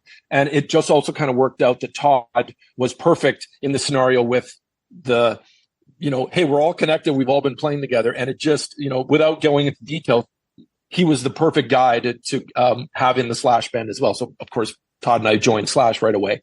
Yep. And, but not to forget the fact that we played together with Bruce. And, Bruce was, I don't know if we were going to say, hey, we were going to go tour this new record around the world, but the seed was planted for later on when we were going to get a chance to play on these KISS cruises. So, of course, the obvious choice was to have Bruce put a band together. And when we did the first cruise with Bruce and Bob Kulick, yes, that's why Todd and I joined on the cruise that first year, because that was the perfect, four guys to play Bruce and Bob's, catalogs together. And Todd, of course, Todd played bass that first cruise and crushed it, and sang Gene and Paul songs on the cruise, to cover that whole, some of the stuff that, obviously Bruce wanted to play stuff that were Gene songs as well. And when we did all the Bob stuff, which was the Paul Stanley solo record stuff, that was a pretty magical experience. That first time playing with Bruce and Bob on the cruise together. I think the fans really appreciated that, because a lot of those songs hadn't been played before. And, but a lot of fans didn't know, they maybe knew me from Union through my Bruce relationship. And I don't know, maybe some people didn't know that Todd and I played with Slash, because we were going around the cruise later that, after we played that, and people were like, hey man, Brent, good to see you again from Union. What have you been up to? And I'm like, I don't know. I'm playing with Slash the last, I think at the time it was like the last 6 or 7 years. They're like, really? Oh, he's got a solo band. That other singer was amazing. I'm like, well, Todd plays with me in Slash too. Oh my God, I didn't know that. Yeah. It's fucking hilarious. Yep. It's hilarious. Yep. I don't know. Were you guys on that cruise? Did I meet you then? No. It was this. Okay. We went to the last two cruises. We were on KISS Cruise 10 and 11, the last two. Can you believe, I've been since, I think, when I first played, it was the year before, which was with Brad Whitford and Derek St. Holmes in Whitford St. Holmes. Yep. So I guess my total now is 5 or 6 cruises, something like that. Okay. But of course, we all know several people that have been on every one of those KISS cruises, including the guys in KISS. But wow, that's pretty amazing that they've had all those cruises in a row. And I'm just glad I've been on the last couple. But you know how epic the cruises are. Like if you get a chance to be on the cruise, it's like the next level KISS craziness of super fans. It's the best. It's the best. Yeah. I mean, I just enjoy a lot of putting set lists together that are deep cuts first of all, for me. I mean, I selfishly, as a KISS fan, I go, what would I like to hear? What would I, what's a weird, strange, song? And of course, just opening. I remember the first time we opened with All American Man, playing with Bruce, and Bob was like, oh, here we go. We can't miss. Yep. We can't miss with this. Yep. And then, over the years, the Bruce band, now including Zach Throne and, and Todd and Bruce and I, just the whole idea is what can we wow factor every time? I remember that. And I will be selfishly taking credit for a lot of that set list comes from me with the approval of everybody. But I get a little bit, righteous with like, no, we got to open with King of the Mountain, like the next year, I think. Bruce was like, man, that's a challenge. I haven't played that in a bunch of years. I'm like, oh, we're opening with that. That'll just fucking, like, the fans will love it. And, of course. And then the next year, actually, I have to tell you this. Okay. I knew I was going to talk with you guys today. Last night, and I don't often go to Costco, but what the fuck? I went and got gas at Costco, and I stopped in Costco. Just the weirdest thing. I'm in Costco. Yeah. And Exciter is playing. What the hell? What? I know. I was in Costco, and I'm like, somebody hijacked my camera. I'm like, I got to record this or something. Like, no one's going to believe me that Exciter is playing in Costco right now, but it was. Wow. You know why? I was because I was coming on the show today. No, I don't. Because Vinny works the night shift, and Vinny was stalking the 50-gallon. Sorry, you may not be invited on his next album. The one that he's recorded for the last 15 years. That's not out yet. He's never coming on our show, so it's okay. We can poke fun at him. We'd love him to, but I don't think he's going to.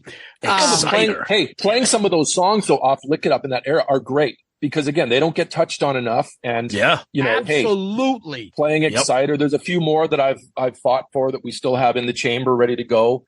I mean, the Bruce Kulick template and that whole idea. It's not like it's gone away. It's just we need to find another opportunity.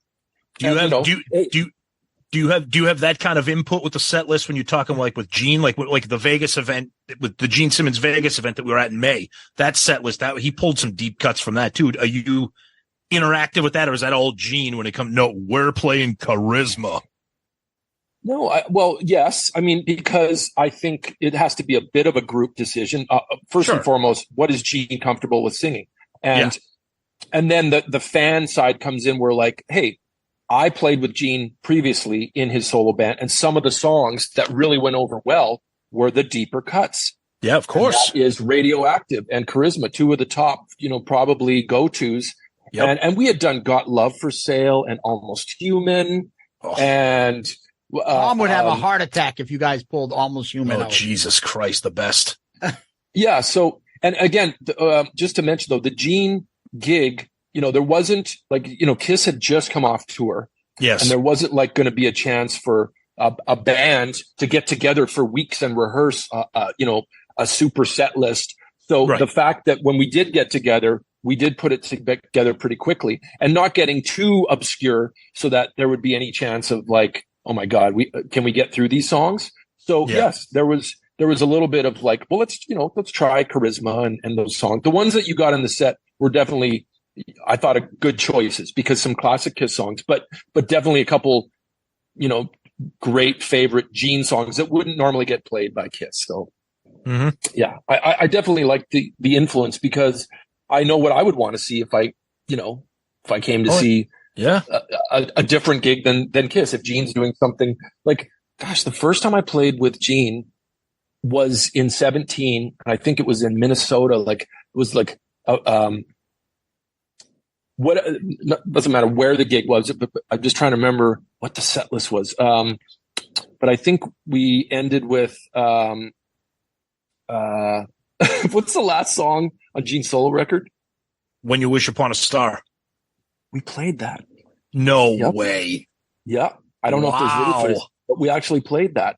And, and over time, like, I'm just trying to remember some of the other great songs that Gene did that we probably, probably pushed Gene and said, hey man, let's try this. And if it went over good in soundcheck, we would play it that night. And we played some great Beatles songs too. Gene is a musicologist. He's such a great musician, great singer. And if we could just, kind of jam a Beatles song 8 days a week, Help or whatever. And he knows all those. And he knows all the parts, like vocally, and he knows all the bass lines. All we'd have to do is quickly go over it, and we'd add it in the set that night, and it would be great. And he was awesome for being open to that kind of thing. And the set list was ever changing in Gene when we would do solo gigs. So it was never the same set list, and always adventurous songs. Yeah, you guys came up to Massachusetts with the Gene Band, I believe, and you went to Lynn. And I'll never forget, Lynn, Massachusetts. And I said to Tom, I'm like, I know let's go try to see it. Let's try to see it. And he's like, and it's like a Thursday night. Tom's got to get up at 5 a.m. So I'm like, come on. He's like, I can't do it. Can't do it. Couldn't do it. Over the years, so much of that footage pops up on YouTube. And every time I see it, I get pissed at myself for missing it. Me too. I think there's some She's So European was played or something. You guys pulled out some crazy shit. Oh, yeah. Yeah. Yeah. So what did we do off Destroyer too? Sweet Pain. I think we played it. We definitely jammed it, preparing to play it. And I'm just trying to remember, like, of course, between Ryan, Jeremy, and Phil and myself, basically Gene could have said, hey, side 1, rock and roll over, 1, 2, 3. Look, we could play all those songs. Yeah, of course. Oh, yeah. Oh, yeah. Yeah. And I'm ready to go on Asylum or Crazy. I'm ready to go. Like, come on, the Bruce, even all those Bruce set lists, like, I'm just ready to, like, go at any time because I love all the records and I love all the songs. And, whether I play them. You're not just a makeup guy. You like the 80s Kiss, too. Oh, absolutely. Like, I will very much say that Asylum was a very important record. Animalize was an important record, but Asylum, I think I love the sound of Asylum. And I played the shit out of that record more than, after a lot of the makeup records I played. I don't know why Asylum just was good for me for a long time. And then, but then I got into like touring as my own bands and stuff after that. Like after 1986, I was in my own band. So I probably, still bought every record and was excited to a certain degree. But like, you're just in a different headspace. Gotcha. But I think when Revenge came back, and that record really, I mean, like everybody when you first heard Unholy and all of that, it was great. And the videos were really good at that time too. Really epic videos. I loved a lot. So obviously you talked about how you're like super close with Eric Singer. Where do you stand as a KISS fan, or on the most recent albums, Monster, Sonic Boom, etc.? Because those are pretty polarizing for some of the diehards. Yeah, I mean, I listen to them, and I guess like anybody, I find a couple warm spots where I go, oh, that's a cool, that reminds me of a classic, Kiss-ism that makes me happy. I just like, Psycho Circus was interesting because I thought that record sounded like a bunch of different eras from Kiss. It wasn't a 70s record. It was a 70s, 80s, and 90s record to me. Yep. It just had it's covered a lot of ground. Mm-hmm. And I mean, I guess I'm just like everybody. Like you like a new record that comes out and you listen to it a bunch, but then you kind of go, yeah, I'm going to go back to Love Gun. Exactly. It's true. It's not. The older you get, you just But I always appreciate. I collect everything. Yeah, I have all the albums. Everybody do. We all do. But I think it's funny. It's funny how you brought up Asylum, because I know for me personally, especially since we started doing the show, and I feel like I see this a lot on social media. I feel like that album seems to have gained I don't want to say a new life because people have always liked it, but I feel like as time passes, I see more and more people talking about that and really appreciating it and enjoying it more than maybe when it first came out, or maybe even, 10, 15 years ago. I feel like that's an album that has kind of just had a lot of life breathed into it. And I just find that interesting because it has for me. Yeah, like some of the Trial by Fire has ended up being a couple times now in the Bruce Kulick solo sets. Yes. Great song. Obviously, when we did King of the Mountain, I thought that was pretty epic to play that. Oh, incredible. And what did we also do? Radar for Love is cool. Again, anything is fair game. It's just we haven't figured out how to, incorporate, because we do a lot of medleys. That's what's a great, that's a Bruce thing. Bruce decided we should do medleys. Because sometimes you want to get the verse and the chorus in, but you don't have a chance to get the whole, 4 minutes of a song. And how do you play 25 songs that people want to hear? Well, you got to kind of mix them up. So the medleys are great. Yeah. The medleys are, you got to remember, if you've grown up listening to the song a million times and you go, but we're not playing it that way. You got to edit and just go up to the first, as you're playing the song, you're like, did we play the second chorus already? Oh shit. It's a lot of work. Oh yeah. When we put those medleys together for those KISS Cruises, we really are precious about it and take it very serious. And it's a lot of in doing Carnival of Souls in a whole set, and and we've played the whole Revenge album down. We did that at Creaturesfest last year. Like that's a lot of work, and to get those songs. And it's not just like these aren't throwaway songs. Some of them are very intricate and arrangements, and you gotta and harmonies, and you gotta put the effort in. Yeah, that's an Ezrin album. So you got all sorts of shit going on with Revenge that you're gonna have to pick up on or remember if you're Bruce, because that was pretty intricate musically, at least. Thou Shalt Not has some really interesting music things, like a bar of 6. You got to count, like that's just not as common Kiss stuff, but really clever stuff on that record. So, you can't just wing it. Oh, let's just play Thou Shalt Not. No, you need to practice it. You can't just be, Well, we can tell from all the bands that do these songs which one sticks out. Like, we're not going to lie. We say this all the time. And like, the Bruce Kulick, Todd Kearns, Brent Fitz, Zach Throne band is like the A standard of all those Kiss bands. And anytime, whether you're looking at the KISS Kruise or the Creaturesfest, that's like as good as it's going to get. That's the band that makes you feel like they're not Kiss, but this is the closest I'm going to get to hearing Kiss do these songs. And it's not because it's mimicked to the exact point. It's the energy and it's the feeling. You can't explain it, but being us in the crowd, seeing you guys do it, like when you guys do Turn on the Night, it's the closest I've had to like fucking for a song that I absolutely love and should have been a big major hit, but Kiss released it. Seeing that live with you guys performing that is fucking awesome. Yeah. Shit, you guys did Let's Put the X in Sex. Do you know how cheesy that song is? I fucking love it though. I think I even like it now. Yeah. I used to be like, ugh. I fucking love it. And when am I ever going to see Kiss perform it? Well, the closest thing I'm going to get is you guys doing it. Yeah. What about All Night? Yeah, what exactly. About Burn Bitch Burn has been in the set. I've had it. We did that whole Animalize. The whole Animalize, yeah. Again, I'll just say that band with Bruce, Todd, Zach, and I is about respect and honoring, because we respect those guys in KISS so much. And all we're offering is to honor that catalog, that great catalog. And all we're trying to do is just, if fans want to hear those songs, there's no competition. KISS rules. But we love KISS. And Bruce, has a chance to play some songs that he played in KISS and celebrate his era with a bunch of guys that are going to do justice to it. And we're happy to play it because I love those songs. I fucking love Turn on the Night. How about who doesn't? My Way. I mean, no. You lost me now. Yeah, My Way. No. Yes. No, you can't deny Paul Stanley's vocals on some of those songs were so untouchable.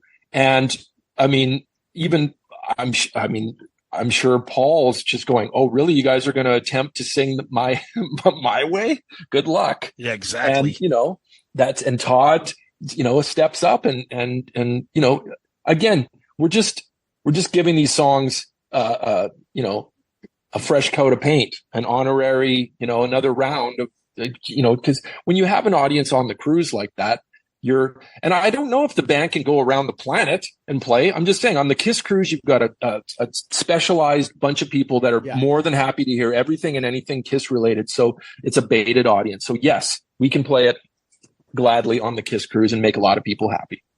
I got a question. It's cool. Oh, go ahead, Zeus. No, go ahead. I'm going to get us off track. So if you want to follow up with that, go ahead. I just wanted to follow up because I don't think anybody knew, or at least me and Zeus weren't aware of the close friendship that you had with Eric Singer, which kind of sheds a little bit of light on a cool story from, I think it was the first KISS Cruise with a Bruce band. You guys did the indoor show, which was fantastic. And we noticed that over to the side, Eric Singer was kind of observing the show, and then Eric Singer actually jumped in on the drum kit for a few songs and took over. And hearing now how close you are as friends in real life, I think that just adds a little bit of extra to that story, because we thought it was cool as KISS fans, but now knowing how close you are as friends, for him to have done that, I think is kind of really neat. And you guys did it at the Gene event where he would jump on a couple songs. That's right.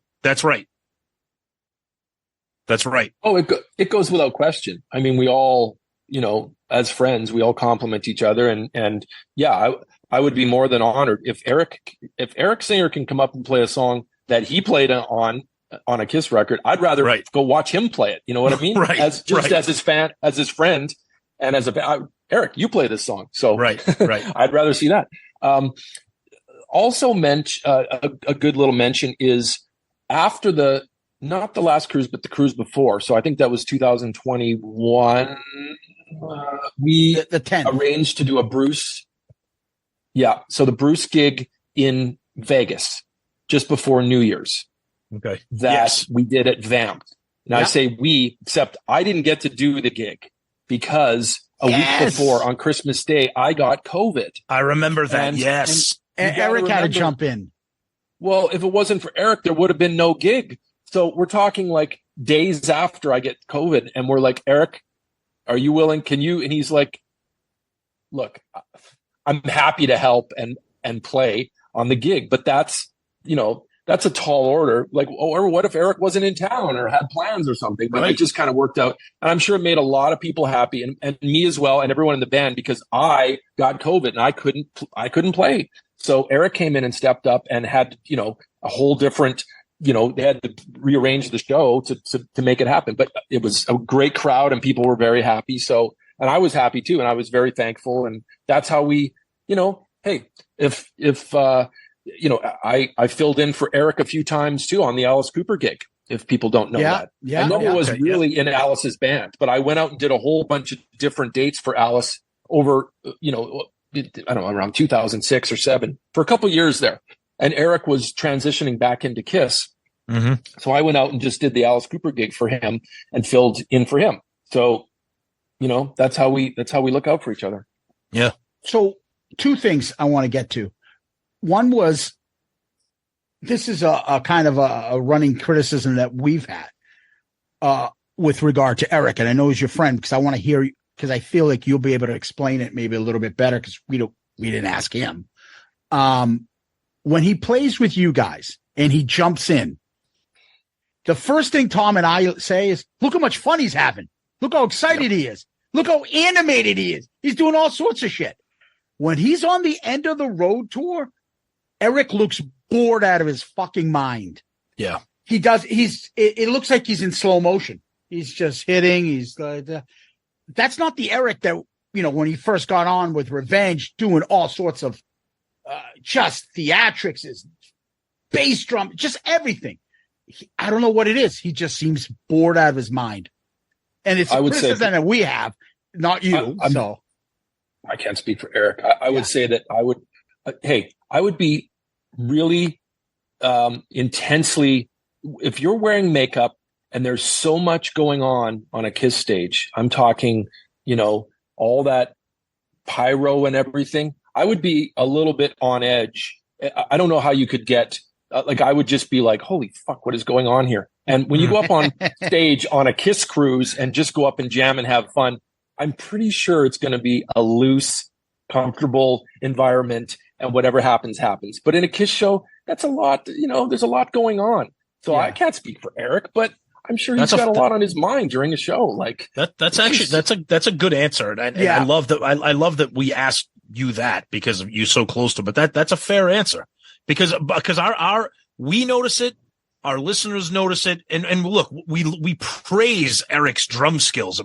I mean, and he's that's amazing. That's why the criticism's there is because because everyone knows how fucking what a monster he is on the drum, and he just looks bored, and that's why we're like, breathe some life into this.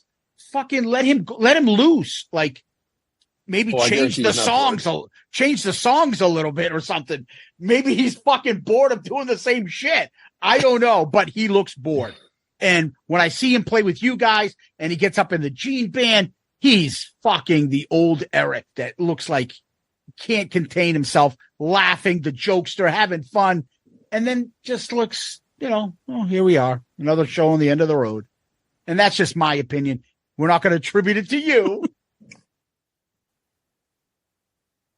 I'm not commenting because I don't necessarily agree with that at all. Okay, well, no, but saying, that's fair. That's why we brought it up. And I can say that, doing the Gene solo gigs when we would, and this is before COVID, those gigs, Gene invited a lot of fans on stage every night, which I thought was just amazing and humbling. Like, how do you just let 50 people stand around you and while you're singing and fans are just taking pictures. They're kind of like touching you and grabbing your bass, and they're stepping on all the other guys' guitar chords, and they're, coming up to the drum kit and grabbing sticks. And, that randomness is very loose and very fun. And just, again, the intensity of a KISS show is, obviously the spectacle, and it's a fun band. KISS is fun, man. I mean, it's supposed to make people happy, but it's intense.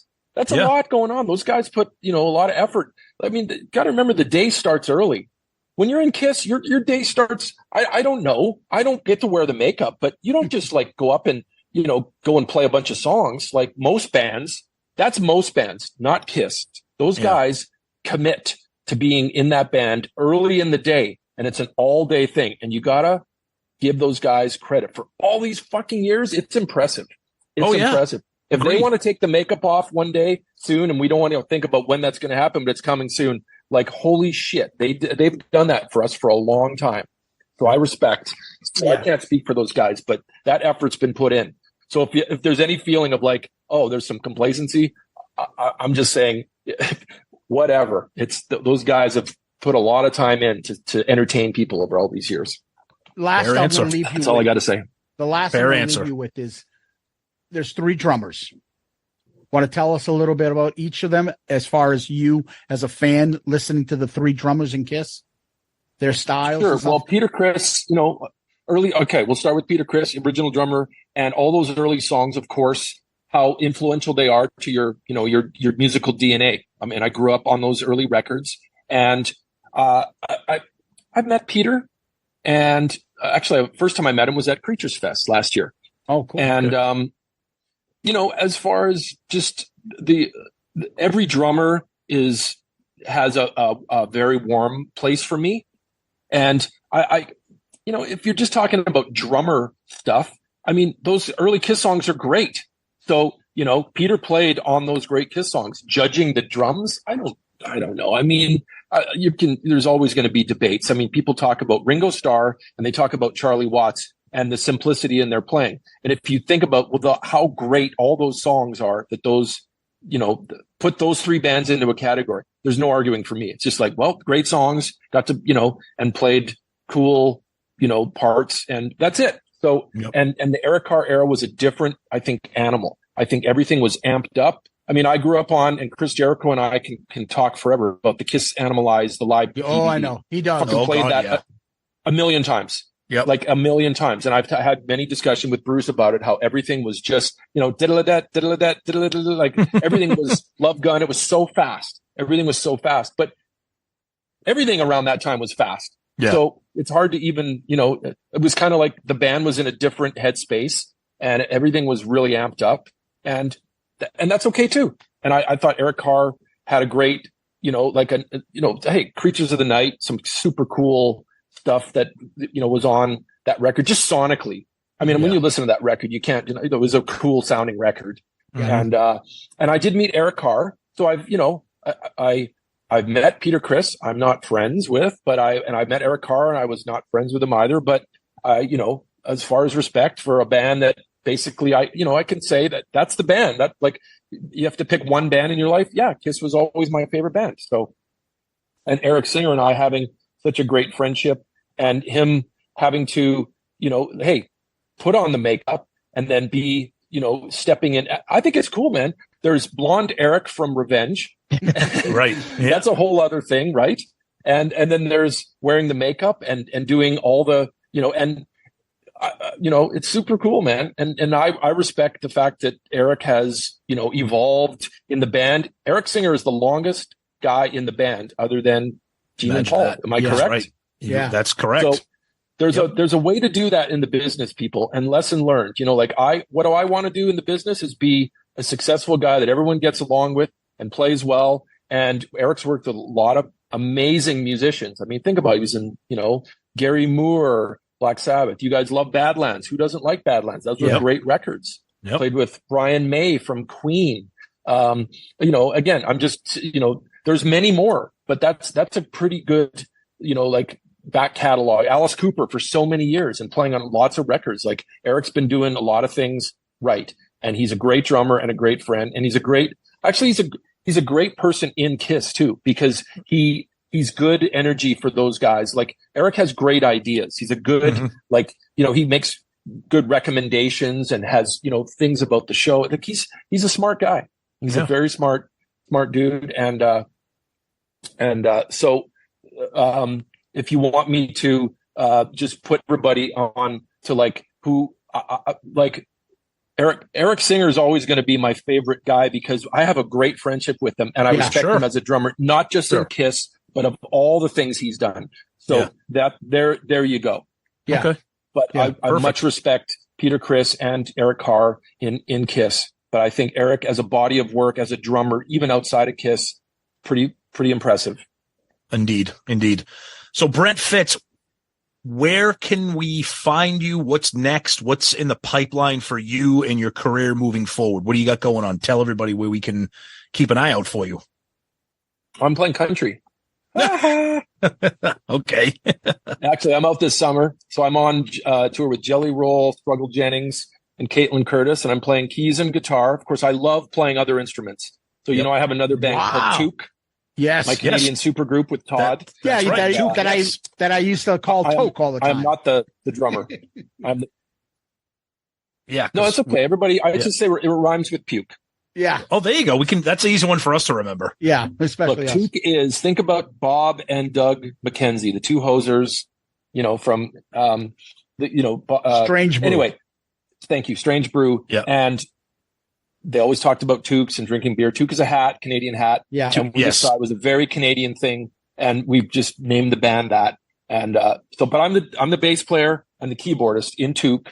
And it's kind of like almost like the Bruce Kulick band. We play a whole body of work of all Canadian classic tunes, and we have some originals that we've released recently that we're very proud of. But it kind of started as a fun band celebrating a bunch of stuff we grew up on. So that's Todd and I's other band with Corey Churko from Shania Twain and Shane Gallus, amazing drummer who played with Michael Schenker and Yngwie Malmsteen and the Bees, which is a huge Japanese band. But lately I have been, just this past summer, which is in the last couple months, I've been, kind of doing all kinds of different things. I still play with the Guess Who. I fill in, I play bass, I play drums, and I play keyboards in the Guess Who, which is a band from my hometown, from Winnipeg. American Woman, they're a Canadian band. Yeah. Oh yeah. Yep. Great Canadian band. And there's probably other things. I always forget when I'm doing these pod. What have you been up to, Brent? I don't know. I'm doing stuff. But just in the last couple of weeks, I've been on tour playing keys and guitar on that tour, playing with Caitlin Curtis, who's an awesome girl, female singer that's just great. She's like, I would say in pop country, category, if you want to. People who are not familiar, KISS fans are like, what are you doing? Okay, so I've been enjoying that. And it's funny because all the guys that I'm on tour with are all rock fans. They all love KISS. Everybody on these tours, everyone's a KISS fan. It's so of course funny. Everybody is. Yeah, it is. Yep. Yeah. Yep. So nice. I've been doing that, and Toque will be firing up later this summer or later this year because Corey is out with Shania Twain till the end of November. So Todd and I are going to get back together with Corey and the guys and do some Toque shows. In November. But awesome. That's what I'm doing. Awesome. It's always amazing. It's funny because I saw like a video clip. I'm like, that's not Brent Fitz on the drum. What do they have? Two fucking drummers? I didn't realize you played another instrument. And then all of a sudden I check you out. I'm like, is that him on the bass? Wait a minute. I don't know if I like this. And then I look it up and you're like, yeah, he does keyboards. He does bass. He can play guitar. Holy shit. You know what's funny is fun is the idea of, because Bruce Kulick lives in Las Vegas, obviously Todd Kearns, Zach Throne, myself, and Eric Singer, and all of these people we've just been talking about. We all sort of are like, we're all kind of neighbors here in Vegas. And we were like, Eric and I have been joking. We're like, we got to start a side band or something. Like we all can, but I would play, Eric could play drums, but what would I do? I'm not going to play drums. I'll play bass or I'll play keys. You know, like we have this ability to switch instruments. So we're just kind of like, oh, it'd be fun to just do something different. And Eric can be on drums and I'll play whatever. Or you can be on drums and Eric can be the front man. He can sing. Hold on. Go to YouTube. Uh-oh. Go and find for charity, Eric, Bruce, Todd, Zach, and I did a cover of Heaven by Bryan Adams. I can picture Eric singing that well. The David Z Foundation. I'm going to just draw. Yes, that's why I saw it. Yeah, that's what it is. Yes. Did you guys not enjoy that? So we we did a little recording project together. That was all Eric. Eric and Bruce were asked to do it. And Eric said, we should do a different cover song, you know, something different. And I don't want to play drums. I want to sing. Guys, you got to hear it. Eric sang and crushed the Bryan Adams tune. I mean, Eric's a great singer. He's a great singer. And his vocals, I can see he's kind of got that rasp, like a Bryan Adams type of rasp. I could see that. Yeah. Yeah, absolutely. Nice. And so we did a cover of that together. So that's basically, we'll say, you know, Bruce and Eric from KISS with Todd Zach. It's kind of like the Bruce Kulick band with Eric or whatever. But I played drums on it. I played keyboards. Of course, Bruce played awesome guitar solo and everything on it. And the other guys, you know, Todd played bass and Zach, they all sang together. That's a pretty good little indication of what the five of us can do together. So we just did that for charity. But I was like, it was pretty good. And that was all done in one day. You can YouTube it if anyone's listening. It's on YouTube. It's probably under, you know, Eric and Bruce, you know, cover Bryan Adams or something. Yep. Awesome. That's so awesome. Cool. Well, that is the great Brent Fitz. You guys love him. We love him. Brent, it's been a long time. We're so glad you finally made it here to the show. Thank you so much for this long time. We could be talking to you all night, but Brent, you're the man. Thank you so much for joining us. We appreciate it. Love chatting with you guys. Thank you. Rock. Thank you. Tom, what you think? Look, we love talking to Brent. It's again, we already had a relationship with him. So unlike some guests that we have on where we've communicated with him like electronically, we've talked to him in person before. So this kind of made it even a little bit easier, a little bit more comfortable. And Brent, he's passionate about his friends, his career, his KISS fandom, and, you know, talking about everything from working with Slash and Union, his relationship with Bruce and Gene, and of course, talking about his friendship with Eric Singer. Just incredible stuff. Tons of great stuff. And it was so much fun. I especially enjoyed selfishly recapping our experience in Vegas with the Gene event. That was just a ton of fun. Yeah. It's really humbling that a guy like this is now considered a friend and, hearing his opinions. And the thing is, if you guys know us and you hear our interviews, we try not to stay away from stuff like, unless it's going to be something that out of courtesy, we can't. So we hit him with the stuff that we've said on the show, and you've heard it, and comments that you guys have made, because he's such great friends with Eric Singer, and he's a fucking incredible drummer himself. Yep. You know, what do we see when we see Eric? We think that perhaps, he looks like he's lazy, or he's tired, or he's bored. Help us out. He's like, that's nothing further from the truth. It's not true. And he went through details and helped explain things to us. Whether I agree with him or not, I love the fact that he had no problem handling the question, defended his friend as well he should. But we're going to ask, and we're not going to shy away. But Brent's awesome. He's blunt. He didn't hide anything. He's great for, kind of giving you like little breadcrumbs, and you can kind of figure things out sometimes. Mm-hmm. And more importantly, too, he is a KISS fan, a fanatic KISS fan, like the rest of us. And whether it means people that you meet him on the cruise will say what a great guy he is, or when we met him in person, even Jeff, our buddy Jeff Trott, when he met him, he's like, tell him this, that. And he's like, oh yeah, I know Jeff.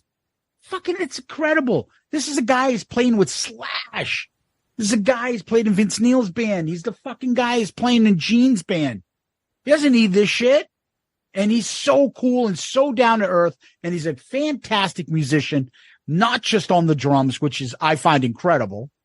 But yeah, exactly. We had a ton of fun with him. We hope you guys did too. Yeah. Just a great interview. Tons of fun.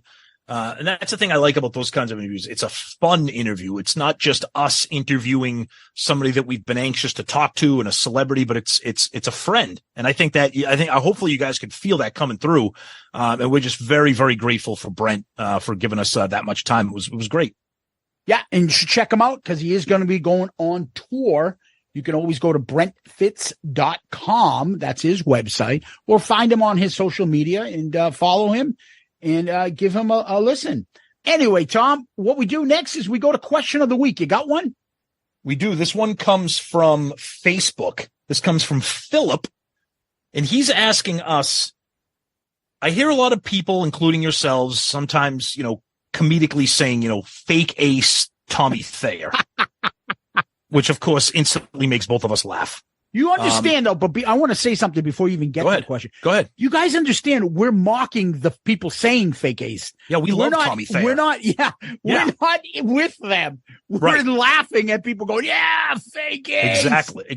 Yeah. Which is his question is, Tommy Thayer has been in the band for 20 years as the spaceman, which obviously upsets people with the makeup. Yep.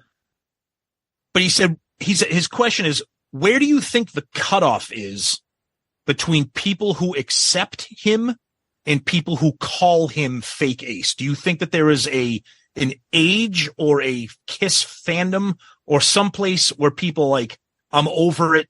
He's the spaceman. He's been in the band for 20 years. For those people, there is no cutoff. I agree. It's a fucking cult. Yep. Yeah. We're not getting to politics. No. But there's somebody in politics. It doesn't matter what the fuck he does. They will stay loyal to them. That's right. No matter what fucking Tommy does, how long he's been there, they're staying loyal to Ace. Yep. Fuck Tommy Thayer. Fake Ace. He's not fucking Ace. They live in a time warp. They can't understand. You can hold two concepts. You can love Ace when he was in KISS, and you can respect Tommy now that he's in KISS. Yep. But they can't hold those two thoughts in their head at the same time. So it's a fucking cult. Yeah. Because no matter what happens, nothing will change. The biggest problem, and I'm not breaking any news here. This is obvious, but the biggest problem is the makeup and the name, the spaceman, because Tommy Thayer has been in the band almost 3 times as long as Ace was. 20 plus years he's been a member of the band. And, there's a piece of me that feels bad for the guy. Well, look, we met him in Vegas, incredibly kind and cordial and friendly, really nice guy, incredible guitar player. He's put in a no-win situation, and you have people like us. Look, I like him. I think he's a great guitar player. He's not Ace, but you're right. The Ace, the term the Ace cult came up because it doesn't matter how much time passes. Tommy could be in KISS for 50 more years. God bless him. Doesn't matter. Because they always have 78 Ace in their head. That smoking guitar poster from 78 that they still have hanging in their bedroom. Yes. That's a great comment. You always make that comment. Yep. They still fucking look at that. Here's the difference. I wouldn't take Tommy to replace Ace back in the 70s, but I won't take Ace to replace Tommy now. Perfectly said. Right? Perfectly said. Yep. So, yeah, great question, but that's how we see it. Yep. Yeah. Great question. Thank you. And I'm sure I know everybody's got their opinions on that, but thank you for that. And if you want to have your question read at the end of each episode, or if you would like to be part of our upcoming mailbag, which we do every fall, please send us your questions. The best place to do that is, I'll tell you right now where you can find us, and that is our website, shoutoutoutloudcast.com. You can send us messages directly from there, including a question of the week. You can check out all of our episodes, Shout Out Loudcast, Album Review Crew, Dome Damage, Zeppelin Chronicles. There's links there for our Amazon shopping store, Amazon merch store, our Patreon store. And like I said, you can comment as well. And you can also send us emails directly, shoutoutoutloudcast@gmail.com. We get a ton of emails, and we're so grateful for all of them. We read every single one of them. We apologize if we can't read them on the air, but we don't want 3 hours of feedback. But please send us comments and your questions of the week there. You can also follow us on our social media, of course, Twitter, Facebook, Instagram, YouTube, TikTok, Threads, whatever the hell that thing is called, X, whatever the hell that's called. I don't know what the fuck is going on. And you can tag us and stuff. Whenever you guys go to a concert, if you see something out in the wild, KISS related, tag us. Of course, our Loudcasters Facebook group. That's probably the best place. We love that as KISS fans going there too. And of course, our wonderful Patreon family. We're so grateful for you guys. And we always like to say that we are a proud member of the Pantheon Podcast Network of shows. Currently, the number one most listened to show on that network. Yeah, Tom, I always tell people they can DM us anytime. Yep. Facebook, Twitter, Instagram. Subscribe to our YouTube channel, which is always growing, and it's got a lot of lively feedback there. And then also, give us one of those 5-star child reviews on Apple Podcasts. We read those when you give it to us. It's a great help to the show. You could give us a 5-star review anywhere you can give reviews. It's always appreciated. You can email us at shoutoutloudcast@gmail.com, shoutoutloudcast@gmail.com. And then finally, we always like to tell people, go to our website. Go to him. Go to him. shoutitoutloudcast.com, shoutitoutloudcast.com. Tom mentioned it, but our merch is doing pretty well. It's our Amazon store and our merch store. You can find the links in all our podcast episodes, but mostly on our website. And our buddy Jeff Trott comes up with fantastic designs with us. We come up with these thoughts together, brainstorm stuff, and we got some great stuff out there. My favorite being Fish Alive 2. But for some of you out there, the Ace Cult is very fitting. That's a great shirt for you. Yes. And as always, we'll have more designs for you coming out in the future. So check out our Amazon store and our merch store from our website. Tom, what we do next is we go and give famous last words. Do you have any? Oh, I do. Okay. I've been to Detroit. I've been to LA, and I've seen St. Louis. I've had some good times, but I've been waiting for a girl like you. Yeah. Things are complicating. My love is in her hands. And there's no more waiting. She understands. Nice. Brent Fitz, Tom, Loudcasters, Kiss Army, thank you. Guys, thank you so much. Brent, thrilled to have you on for the first time. We really appreciate it, buddy. Thank you so much. Guys, you're the best. We love you. Zeus, as always, my friend. Thank you. Peace out, Girl Scout. Why don't you talk to me? I'm sorry. I'm sorry for you.